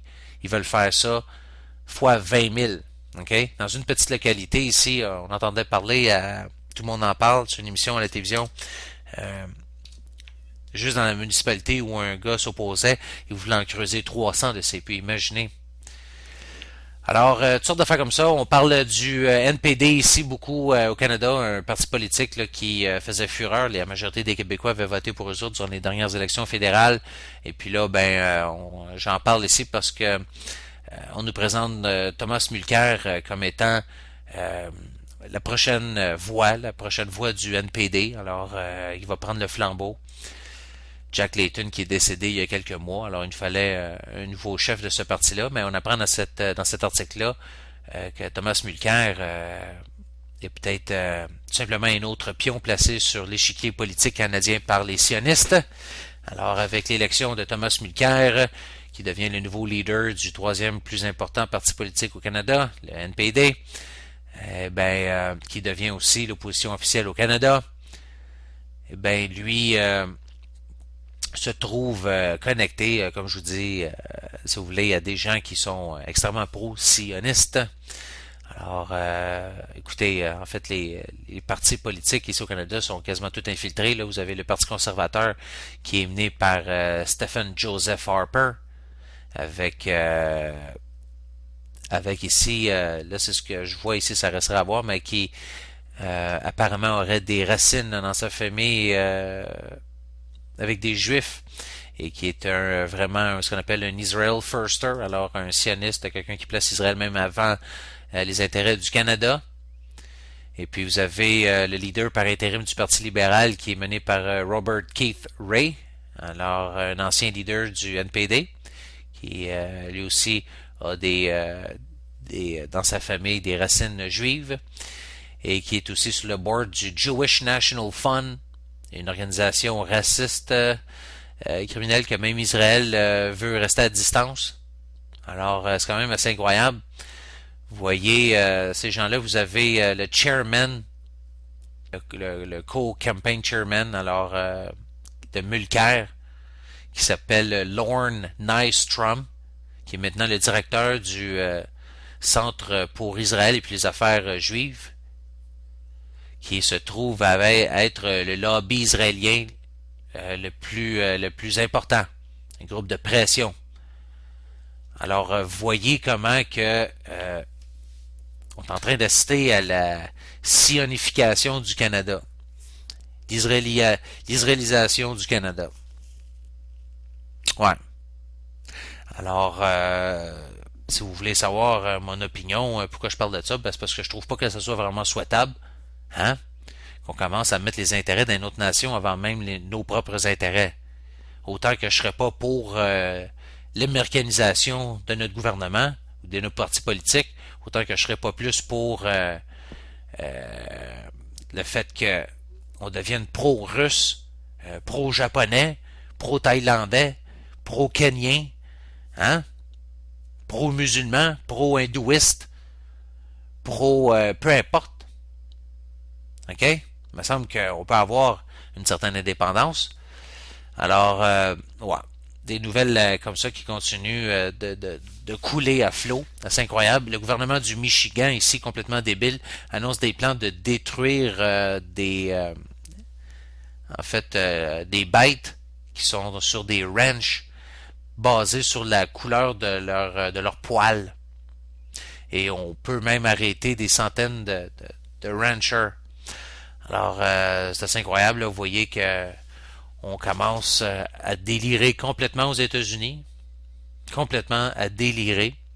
Et puis ça, ben, c'est à veille de nous toucher. Pourquoi? Ben, parce que justement, dans cet effort de globalisation, d'instauration de gouvernance mondiale, ben, on est en train de rassembler les grands blocs du monde. Et puis, ici en Amérique, ben, c'est ce qu'on appelle le sommet, en fait, l'Union nord-américaine. Alors, on a d'ailleurs les leaders qui vont se rencontrer en réalité à un sommet pour remettre sur rail aussi l'intégration trilatérale du Mexique, du Canada et puis des États-Unis. Alors, on avait ce partenariat pour la sécurité et la prospérité qui avait un peu déraillé parce qu'on l'avait exposé beaucoup, mais qui tout simplement était rendu plus underground, qu'on avait renommé, mais qu'on a continué quand même à pousser. Okay? Donc on est en train d'harmoniser toutes les lois, d'effacer la frontière entre les États-Unis, le Mexique et le Canada. On est en train d'intégrer ces trois pays-là, en une entité. Autant au niveau des échanges, des régulations, puis des initiatives par rapport à la sécurité. Alors, c'est en fait aujourd'hui qu'on va avoir ce sommet à Washington, D.C. Et puis, on va continuer de travailler sur l'intégration du Canada avec les États-Unis et le Mexique.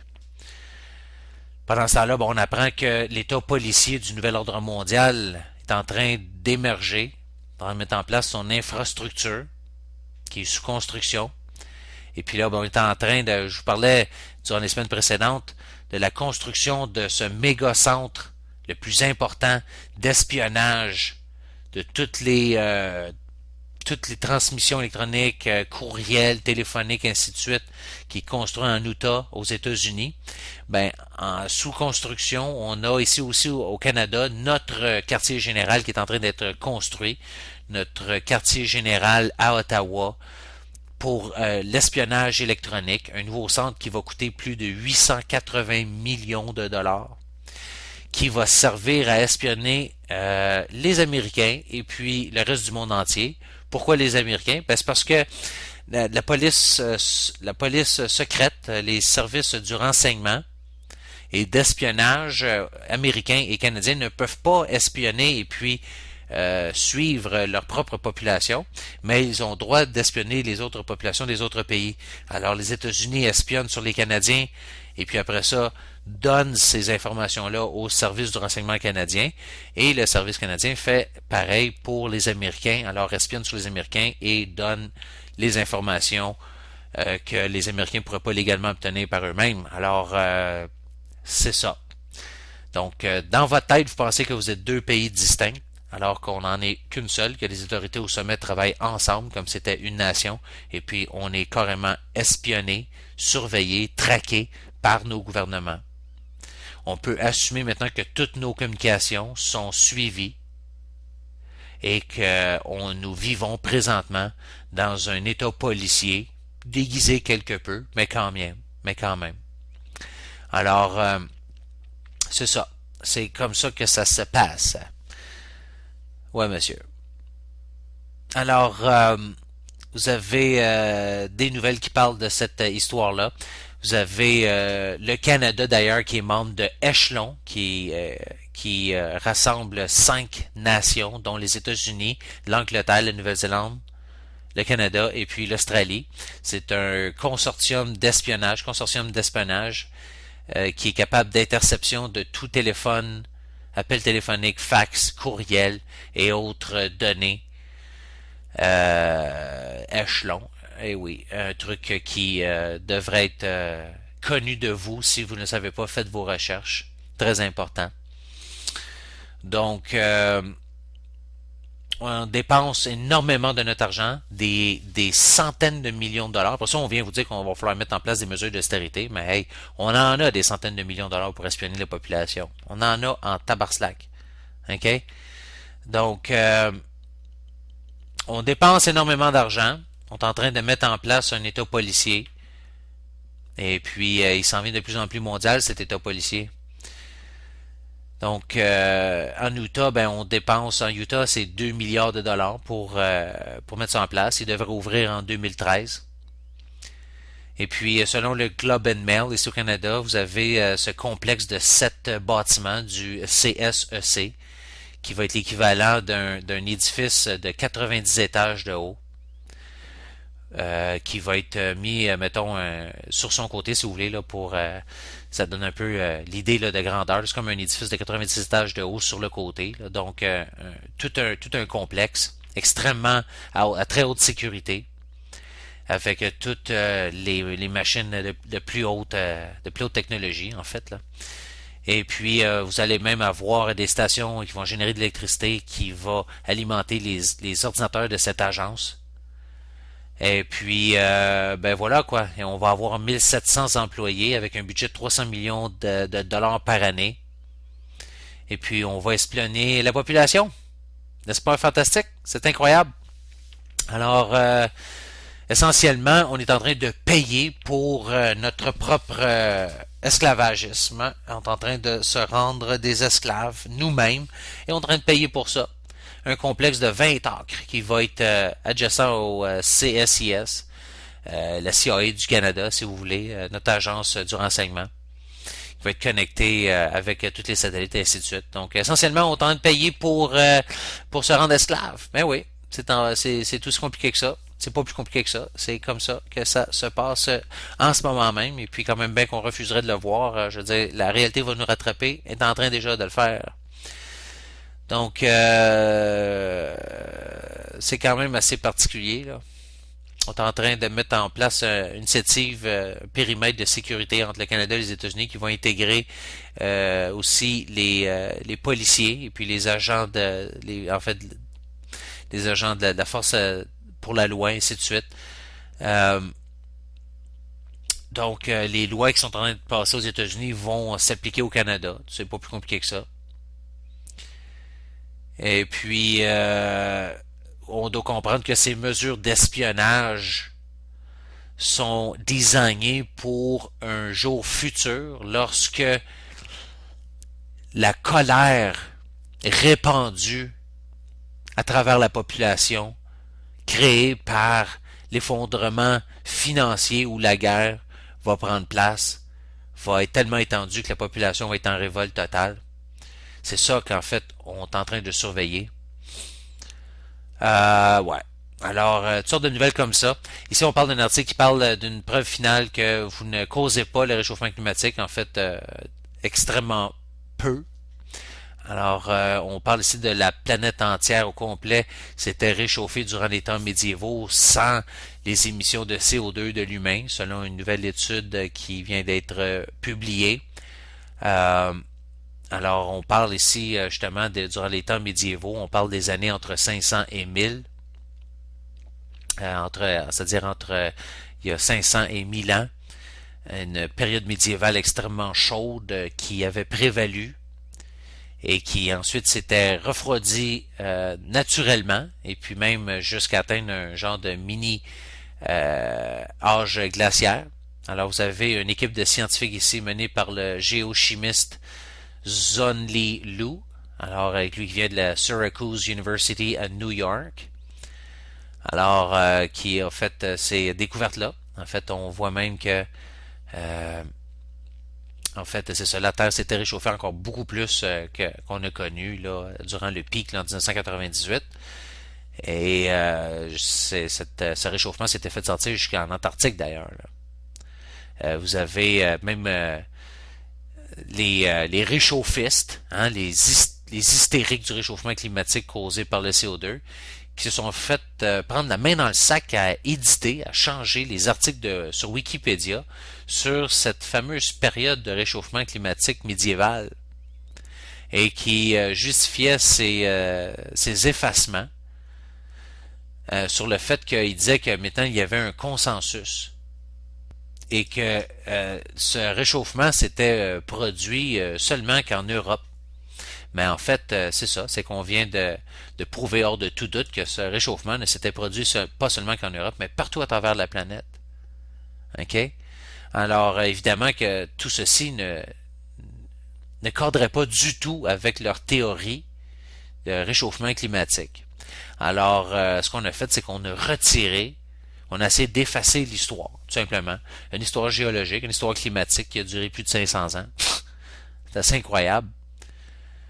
Alors, on se retrouve maintenant avec des évidences revues par les pairs, par des scientifiques, je veux dire, qui montrent qu'on a connu des périodes de quelques centaines d'années globalement plus chaudes, hein, durant cette période médiévale, sans sacs de plastique ou de stations d'électricité, d'automobiles ou d'ordinateurs. OK?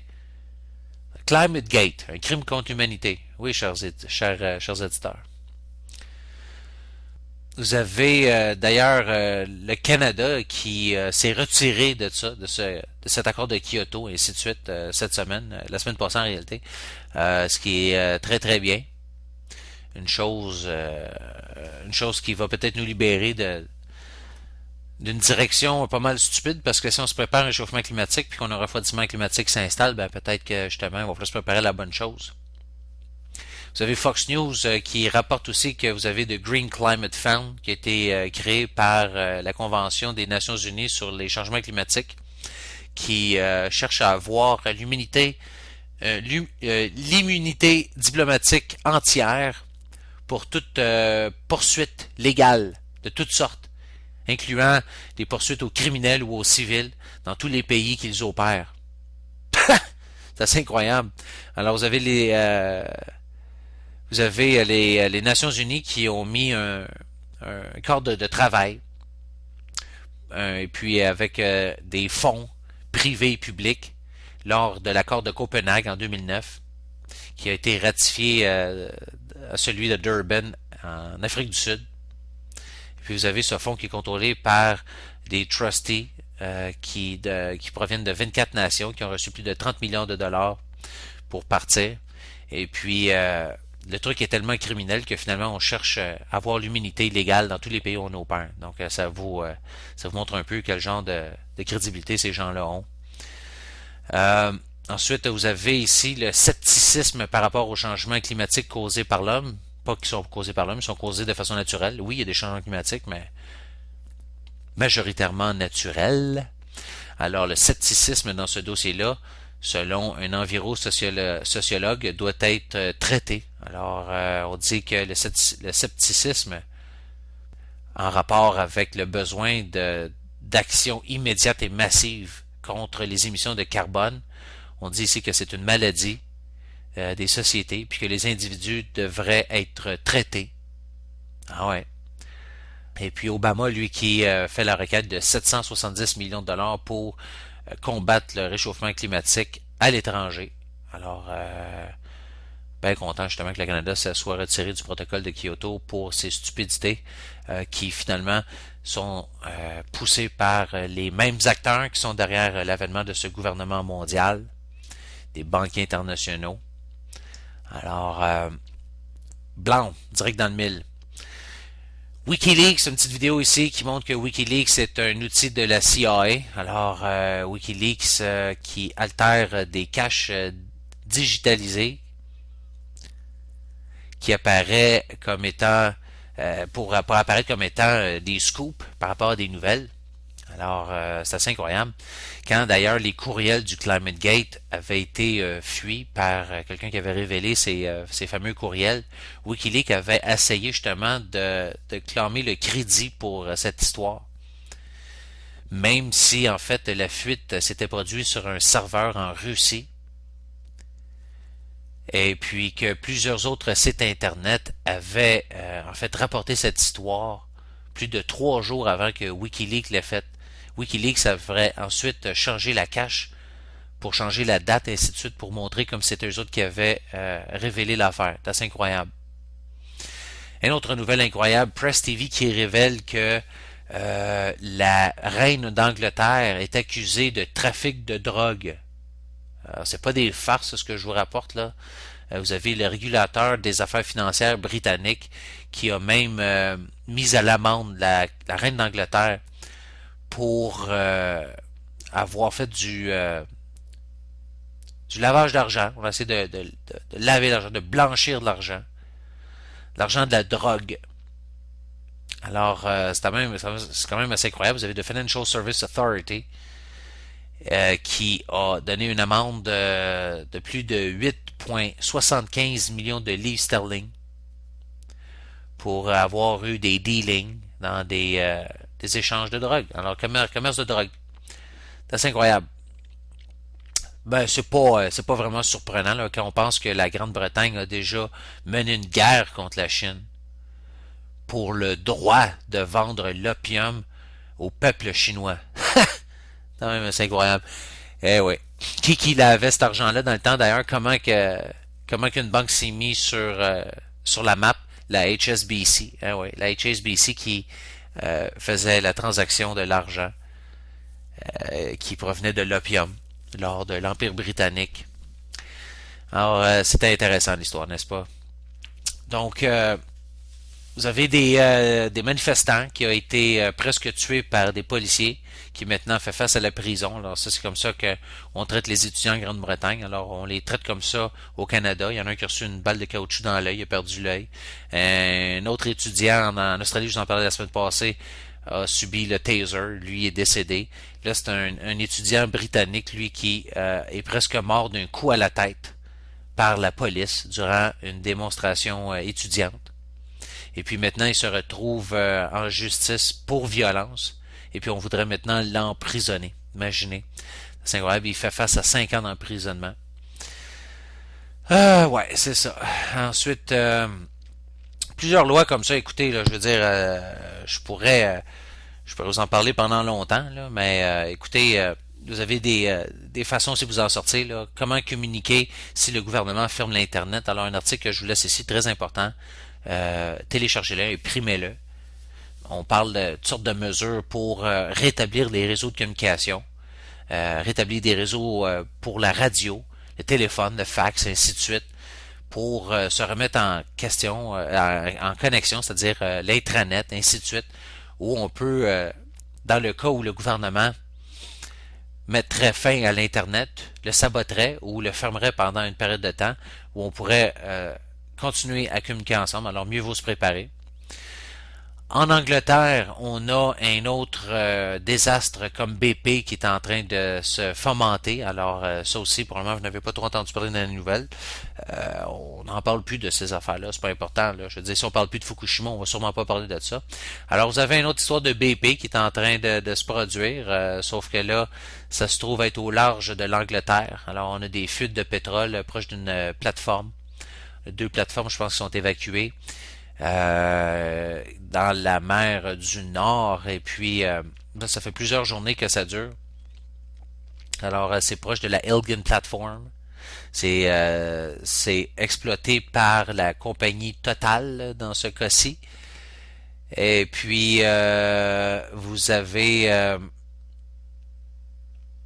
Total E&P UK qui disent que ça pourrait prendre jusqu'à 6 mois pour construire un puits. Pour intersecter l'autre et puis vider, en fait, prendre contrôle de la situation. Alors, on a des flammes qui brûlent, du gaz qui s'échappe de la plateforme Elgin. C'est reporté par différents médias, dont BBC ici. Alors, un autre désastre de forage pétrolier en mer qui est en train de se dérouler. On dit qu'on a des gaz explosifs en nuages qui s'échappe de cette plateforme et de ce puits au large de la côte britannique qui grandit et puis que ça pourrait prendre 6 mois à arrêter selon un autre expert ici, un article rapporté par le Daily Mail. On a une zone d'exclusion d'environ 6 km qui a été mise en place autour de la plateforme de Elgin Total.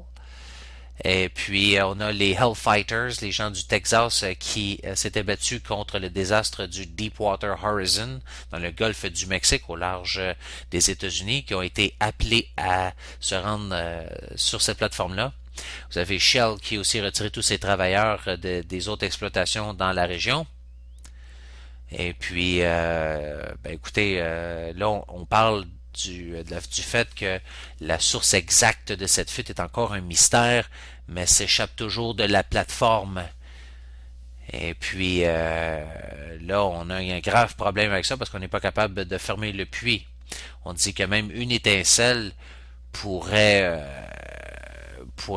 créer, écoutez, un autre désastre, probablement le pire que la Grande-Bretagne a connu au large de ses côtes. Alors qu'une autre nouvelle nous rappelle ici que en fait, c'est même pas réglé encore. Là. Je veux dire, le désastre pétrolier de BP dans le golfe du Mexique a contaminé la chaîne alimentaire océanique, selon une autre étude ici qui a confirmé qu'on a des dérivés toxiques, toutes sortes d'éléments qui dérivent du pétrole qui ont été relâchés par le Deepwater Horizon dans le golfe du Mexique il y a presque 2 ans, est entré partout dans la chaîne alimentaire à travers les micro-organismes. L'étude a été financée par le National Science Foundation et a été menée par une équipe de chercheurs de l'université de la East Carolina puis l'université du Maryland. Et puis celle de l'Oregon, la Oregon State University, la Georgia Institute of Technology, puis la US Geological Survey. Okay, ils ont détecté des composants chimiques trouvés dans le pétrole, appelés des hydrocarbone, certains comme étant classifiés comme étant cancérigènes, dans le corps des crustacés microscopiques qu'on appelle les zooplanctons. D'un autre côté, ici, on a une nouvelle qui peut être relativement positive, où on a trouvé un fungus qui mange du plastique en Amazonie. Alors ça c'est intéressant. Vous avez un groupe d'étudiants et des professeurs de la Yale University qui ont trouvé un fungus dans les forêts pluvieuses de l'Amazonie qui pourrait dégrader puis utiliser les plastiques comme le polyuréthane. Alors c'est assez incroyable, mais voilà, on trouve des affaires qui pourraient peut-être éventuellement nous aider. Donc, plusieurs nouvelles comme ça. On va essayer d'avancer plus rapidement. Sarkozy qui compare l'événement qui s'est passé à Toulouse, là, la fameuse acte de terrorisme là, de Mera, alors avec l'attaque du 9-1. Alors, vous voyez qu'on est en train de préparer la population française là, pour les prochaines élections. Et puis, évidemment que quand vous avez des fous psychopathes comme ceux qui dirigent nos pays en général, et puis comme semble être Monsieur Sarkozy, on a besoin de créer la terreur dans le pays pour se faire élire. Fait que là, après ça, on peut vendre nos mesures de sécurité beaucoup plus facilement. Alors, Ouais, c'est ça. Alors, on est en train de créer un traumatisme dans le pays. Sarkozy a déclaré qu'il y avait un traumatisme très profondément dans le pays, mais finalement, on se rend compte que finalement, le traumatisme est pas mal plus important, alors qu'on trouve que le crime a été en fait commis par les services d'intelligence. Hein? Ouais, c'est ça. Pourquoi? Ben parce qu'il semble que Mera était un informateur des services du renseignement. Ah ben oui, c'est ça qu'on est en train de trouver. Mohamed Mera est un informateur à la DGSE, affirme Il Foglio. Puis, sans citer ses sources, le quotidien italien, Courrier international, ici pointe des contradictions dans les déclarations des services du renseignement français, israélien et pakistanais concernant les voyages effectués par le jeune homme. Vous avez un article extrêmement important ici à aller voir. Et puis, on apprend que vous avez cette personne, l'affaire Mohamed Merah, ce jeune Français d'origine algérienne qui a revendiqué le massacre de 7 personnes à Toulouse et à Montauban au nom d'Al-Qaïda, déclenche une guerre entre les différents services secrets. D'après des sources des renseignements qui se sont confiés à Il Foglio, la Direction générale de la sécurité extérieure, l'agence française chargée de l'espionnage et de l'antiterrorisme en dehors des frontières nationales, aurait garanti à Mera, en sa qualité d'informateur, un accès en Israël en septembre 2010 par un point de contrôle à la frontière jordanienne. Le Français serait resté 3 jours en touriste avant de retourner en Jordanie, puis de prendre la direction de l'Afghanistan. C'est assez spécial pour un gars qui était pauvre, qui avait pas beaucoup d'argent. Hein? Il se trouve à avoir pas mal d'argent pour voyager. C'est assez spécial. Vous voyez là, un paquet d'affaires là, qui commence à clocher dans cette histoire. Son entrée en Israël, couverte par les services français, devait prouver la capacité du réseau djihadiste à passer facilement les frontières grâce à un passeport européen. Ces informations n'ont pas été officiellement confirmées, mais un article paru lundi dans Haaretz, citant les sources du service de renseignement israélien, Shin Bet, semble toutefois apporter du crédit à cette thèse. L'article relaie les propos du gouvernement israélien qui confirme l'entrée sur son territoire de Mera, mais le Shin Bet soutient qu'il n'a aucune trace de l'arrestation du Français à Jérusalem en possession d'un couteau, comme l'a affirmé Bernard Scarsini, la chef de la direction centrale du renseignement intérieur, DCRI, dans le monde. Alors, c'est assez incroyable, hein? Par ailleurs, des doutes subsistent sur la visite de Mera dans les territoires occupés. Pour résumer, nous sommes en présence de deux versions contradictoires. On ignore si Mera a effectivement été arrêté, où il s'est précisément rendu, et le Shin Bet contredit son équivalent français. Même confusion du côté du renseignement militaire du Pakistan. La semaine dernière, lorsque les médias français ont écrit que Mera s'était rendu 2 fois pour s'entraîner dans les centres au Waziristan, région montagneuse du nord-ouest du Pakistan, le gouvernement pakistanais a nié. Nous n'avons aucune trace de son entrée dans le pays. Mais depuis dimanche le 25 mars, les services secrets, les talibans pakistanais, dont les liens fondés sur les alliances et les faveurs échangées ont été établis, sont devenus étonnamment loquaces. Un porte-parole des talibans au Waziristan, Ahmed Marwat, a contacté les agences de presse Reuters et Associated Press pour déclarer qu'effectivement Mera s'est entraîné chez eux, contredisant ainsi le gouvernement français qui soutient officiellement que le Toulousain ne s'est pas entraîné et n'a pas été en contact avec des groupes djihadistes. Marwat a cependant ajouté, nous ne savons rien des attaques en France, et cela n'a rien à voir avec nous. Alors, vous voyez que des affaires commencent à clocher pas mal dans ce dossier-là. Alors, on a des problèmes avec les informations qu'on nous a données. Vous allez voir dans la suite de cet article fort intéressant qu'on voit qu'il y a un paquet d'éléments qui clochent dans cette histoire-là. On se trouve dans un cas encore là d'acte de terrorisme supposément d'un fou sorti de nulle part et qui ne se trouve pas à être sorti de nulle part et puis qui n'était pas seul non plus. Le gars n'avait pas beaucoup d'argent, soudainement avait des armes très dispendieuses, puis se promener comme ça dans le monde. Quand même assez incroyable. Vous avez les sources d'Il Foglio qui préviennent aussi que il y avait là une entente. Ils pouvaient circuler librement en échange d'informations précieuses. Vous avez Bernard Scarsini soutient que Mohamed Merah, lorsqu'il était assiégé dans son appartement de Toulouse, aurait avoir été entraîné par une seule personne et pas dans un centre d'entraînement afin de ne pas se faire remarquer au milieu des autres en parlant français. Alors, c'est quand même particulier à aller voir, là. Je veux dire, donc, vous avez plusieurs éléments comme ça là, qui fait que l'histoire ne cadre pas du tout avec la réalité. Là. Mera n'avait supposément pas d'emploi. ou avait très peu d'emplois, travaillait pour une shop pour les voitures, apparemment, si je comprends bien. Et puis, ben là, soudainement, lui avait l'argent pour se payer des fusils, des voyages en 2010 qui l'amenaient à visiter Israël, la Jordanie, l'Afghanistan, le Pakistan, et puis d'autres possiblement nations du Moyen-Orient. Et puis, ce gars-là, Mera, apparaît avoir été en mesure d'acheter tous ces billets d'avion-là, la nourriture, l'hôtel. Ça aurait coûté une petite fortune. Je sais pas comment il a trouvé cet argent-là. Hein? Faut se poser ces questions-là. Mera se trouvait même sur les no-fly list du FBI aux États-Unis. Hmm? Ce gars-là qui supposément se trouvait sur le no-fly list, des listes de potentiels terroristes, a été capable de se promener à travers ces pays-là, rentrer même en Irak, avec les visas nécessaires pour viser des points chauds, tu sais, quand même assez spécial. Alors, plusieurs articles qui parlent de ça. On parle de connexion avec les services secrets français, israéliens. Et puis, vous avez plusieurs autres articles, comme je vous dis, là, allez surveiller pour trouver tous les détails par rapport à cette histoire-là. Mais comme je vous dis, là, il y a quelque chose qui ne fait pas dans cette histoire-là. Là. C'est certain que il y a quelque chose qui cloche là-dessus. Alors, allez voir ça. Une autre vidéo aussi qui parle de ça, qui dit que Mera était un agent des services secrets français. Alors, vous avez une vidéo aussi. Vous avez une information qui a été confirmée par l'ancienne tête des services du renseignement français, qui s'appelle Yves Bonnet, qui a parlé au journal de Toulouse à propos de Mohamed Merah, qui était justement un agent des services secrets français.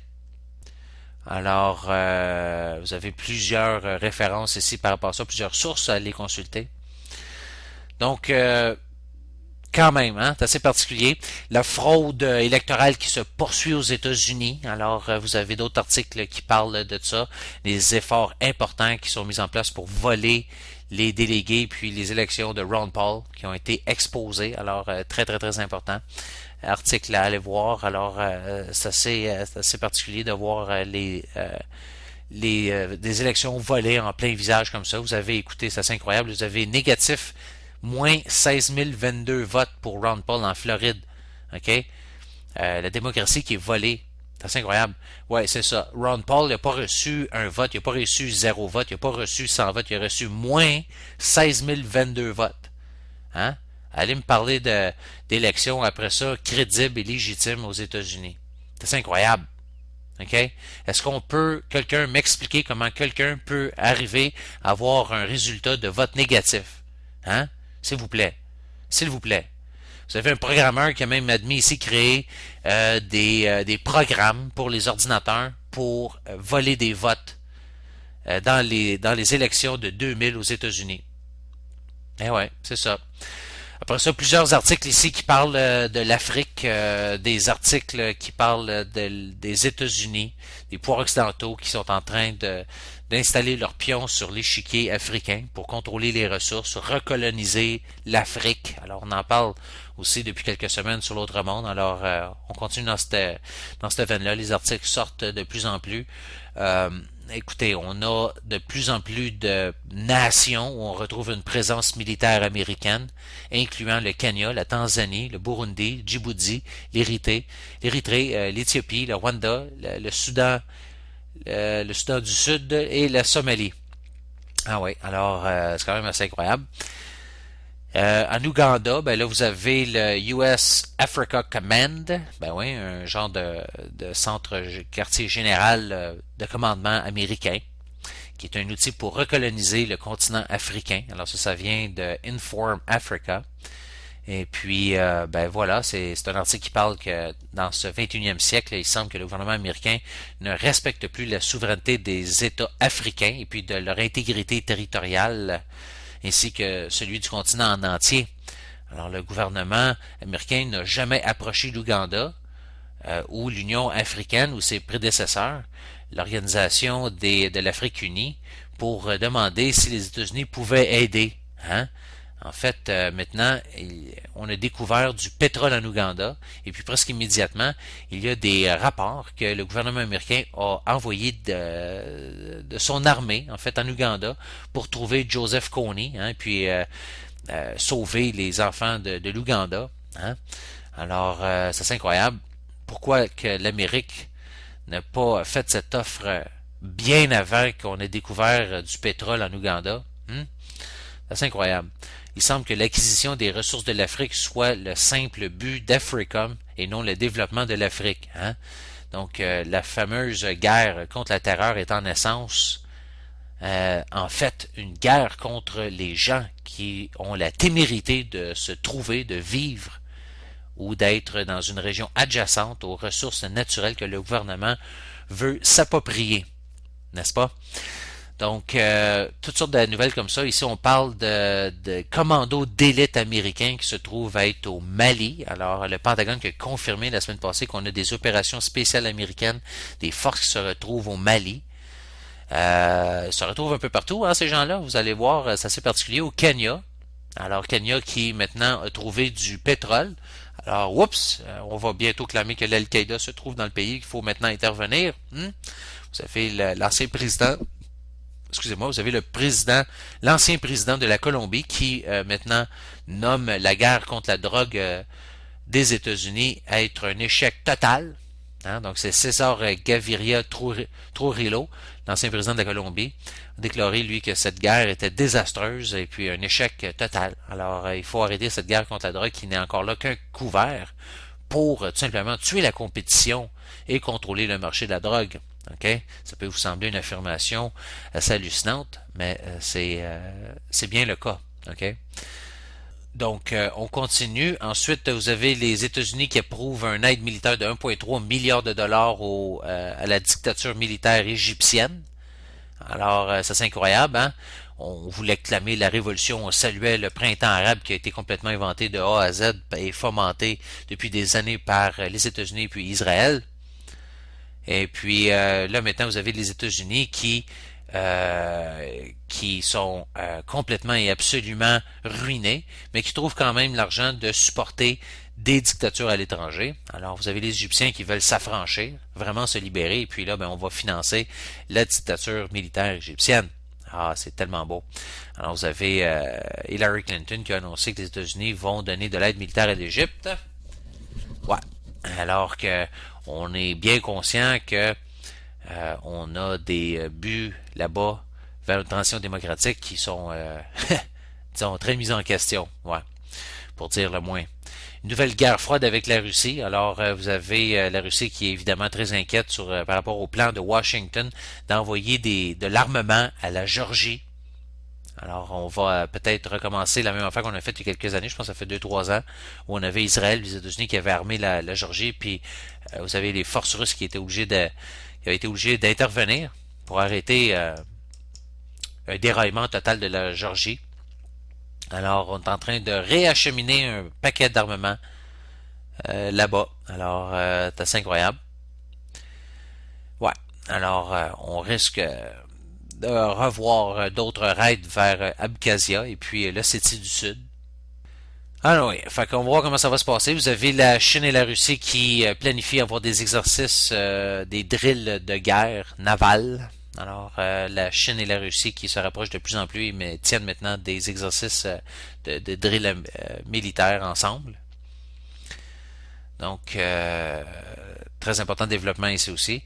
Vous avez la Somalie qui n'a pas de gouvernement, un peu comme ce fut le cas pendant quasiment 2 ans en Belgique. Alors, maintenant, c'est la Somalie qui se retrouve sans gouvernement. Et puis, apparemment que les données suggèrent que l'État se développe quand même très bien, selon 10 indicateurs clés qui mesurent la situation avant et après le gouvernement. On remarque que les Somaliens sont en meilleure situation que lorsqu'il y avait un gouvernement en place. Je parle de situation financière et générale.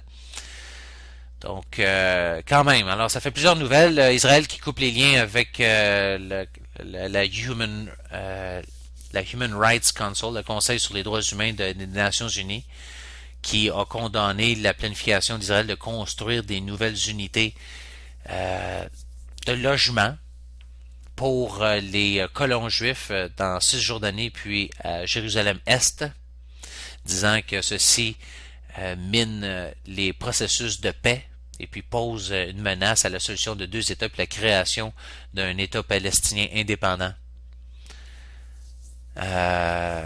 Donc, ça continue de ce côté-là. Des ambulances à Gaza ont arrêté de répondre aux appels parce qu'il manque d'essence.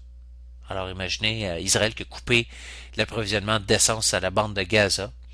Alors, on n'a plus assez de gaz, d'essence et d'électricité à cause du blocus israélien. C'est assez incroyable. Et puis, vous avez une autre vidéo aussi qui montre la police israélienne qui utilise ces fameux canons à eau et puis des gaz à lacrymogène contre les Palestiniens. 200 personnes auraient été blessées dans la bande en fait en Cisjordanie. Vous avez les chars d'assaut israéliens qui ont envahi Gaza, alors la semaine passée. Vous avez cette invasion qui a été accompagnée par des assauts aériens aussi. Vous avez toutes sortes de nouvelles comme ça, là. Je veux dire, ça continue de brasser dans la bande de Gaza, et puis le Pentagone qui pousse pour avoir plus d'aide militaire à Israël pendant ce temps-là. Ah oui, quand même. Ça fait bien du sens. Fait que là, ben, vous avez après ça les États-Unis puis l'Australie qui discutent de vols de drones au-dessus de l'océan Indien, rapporté par le Sydney Morning Herald. Alors, les États-Unis puis l'Australie qui coopèrent ensemble dans un programme qui s'appelle Global Hawk. Et on veut donner de l'expansion à un programme militaire important, commun entre l'Australie et les États-Unis pour augmenter les vols de drones au-dessus de l'océan Indien.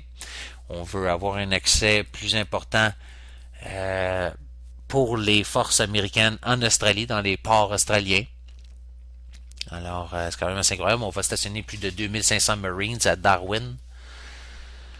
Pendant ce temps-là, ben, les attaques à drones au Yémen continuent d'augmenter aussi, alors qu'on est en train de mener une guerre secrète là-bas. Ouais. Alors, on continue de tuer bien du monde. Bien du monde. Et puis, vous avez ici, écoutez, c'est incroyable, une guerre secrète au Yémen, là. On a des douzaines et des douzaines d'attaques par drone sur ce qu'on appelle des points chauds de l'Al-Qaïda. Ben oui, bien sûr. Qui tuent évidemment des quantités impressionnantes de civils. Vous avez une recherche qui a été faite par le Bureau of Investigative Journalism at London's City University, qui a trouvé que il y a autant que 516 personnes qui ont été tuées dans ces attaques au Yémen. Et puis que la plupart de ces gens-là, réellement, sont des gens qui sont innocents. Pendant ce temps-là, ben, on continue de supporter le régime qui est en place au Yémen, qui est une dictature qui fait une oppression de son peuple assez sauvage. Mais on continue à faire la même affaire. Alors, c'est assez incroyable. Donc, toutes sortes de trucs comme ça. Pendant ce temps-là, on apprend ici que pour graduer, maintenant, on a créé un nouveau champ d'études pour devenir un pilote de ces fameux drones. Hein? Donc, on a des gradués, comme ça, des gens qui graduent de ces études-là, qui commencent avec des salaires de 120 000 par année. 120 000 par année. C'est incroyable. Alors, on entraîne des pilotes pour contrôler ces fameux drones à distance. Et puis, ils sont chèrement payés, grassement payés, quand même assez incroyable. Alors voilà, on arrive vraiment à la fin de l'émission. Comme à chaque semaine, j'ai pas assez de temps pour parler de tout ce que je voulais parler. De l'économie, mon Dieu, c'est incroyable. J'arriverai jamais à passer au travers. Si bol. Tellement de nouvelles que j'avais importantes. Vous avez écouté des révoltes importantes. Vous allez voir ça en Espagne, des gens qui se révoltent partout, des grèves générales en Espagne contre les mesures d'austérité. Vraiment, c'est en train de s'enflammer partout. Même affaire en Angleterre. Vous allez voir une crise du pétrole assez importante en Angleterre. Vous avez plus de 8000 stations-service, je pense, qui vont être fermées. Et puis, vous avez les camionneurs qui s'en mêlent, et ainsi de suite. Les mesures d'austérité du gouvernement anglais qui sont imposées à la population qui refuse. Et puis, Vous allez voir des nouvelles assez importantes à ce niveau-là. Allez consulter dans les nouvelles de l'économie. Je vais vous mettre ça en lien, mais il va falloir vraiment y revenir. En tout cas, je vais arrêter de m'avancer là-dessus. Mais oui, là, je parle tout le temps à travers mon chapeau, ça n'a pas de bon sens. Là. Un moment donné, je vais parler de l'économie, puis un jour, je vais parler de la santé, puis du reste. Là. Écoutez, on fait ce qu'on peut. Rapidement, en Syrie, la Turquie qui suspend les services de son ambassade en Syrie ordonne l'évacuation. L'opposition déclare que les rebelles syriens, les fameux guerriers, vont avoir des salaires. Alors, ça aussi, c'est assez important comme développement. Ça veut dire que finalement, que c'est pas un soulèvement populaire, mais que c'est un coup d'État qui est fomenté, qui est combattu par des mercenaires payés. Alors, vous avez des nouvelles très importantes à ce niveau-là. La Syrie qui accepte un plan de paix offert par Kofi Annan, qui est l'envoyé des Nations Unies. Évidemment qu'on ne va sûrement pas laisser une possibilité d'un plan de paix se mettre en place parce qu'on veut évidemment attaquer le gouvernement Assad, attaquer la Syrie puis rentrer en Iran. Donc, évidemment, ici vous avez ici un autre article qui parle de ça aussi, l'Occident qui bouge pour tuer ce premier important pas pour mettre fin à la violence. Alain Juppé qui est accusé par sa propre administration d'avoir falsifié des rapports sur la Syrie. Vous avez d'autres gens aux États-Unis qui urgent d'armer l'opposition au gouvernement syrien. Alors vous avez des gens comme le sénateur John McCain qui ont appelé à ceci. Alors c'est assez incroyable.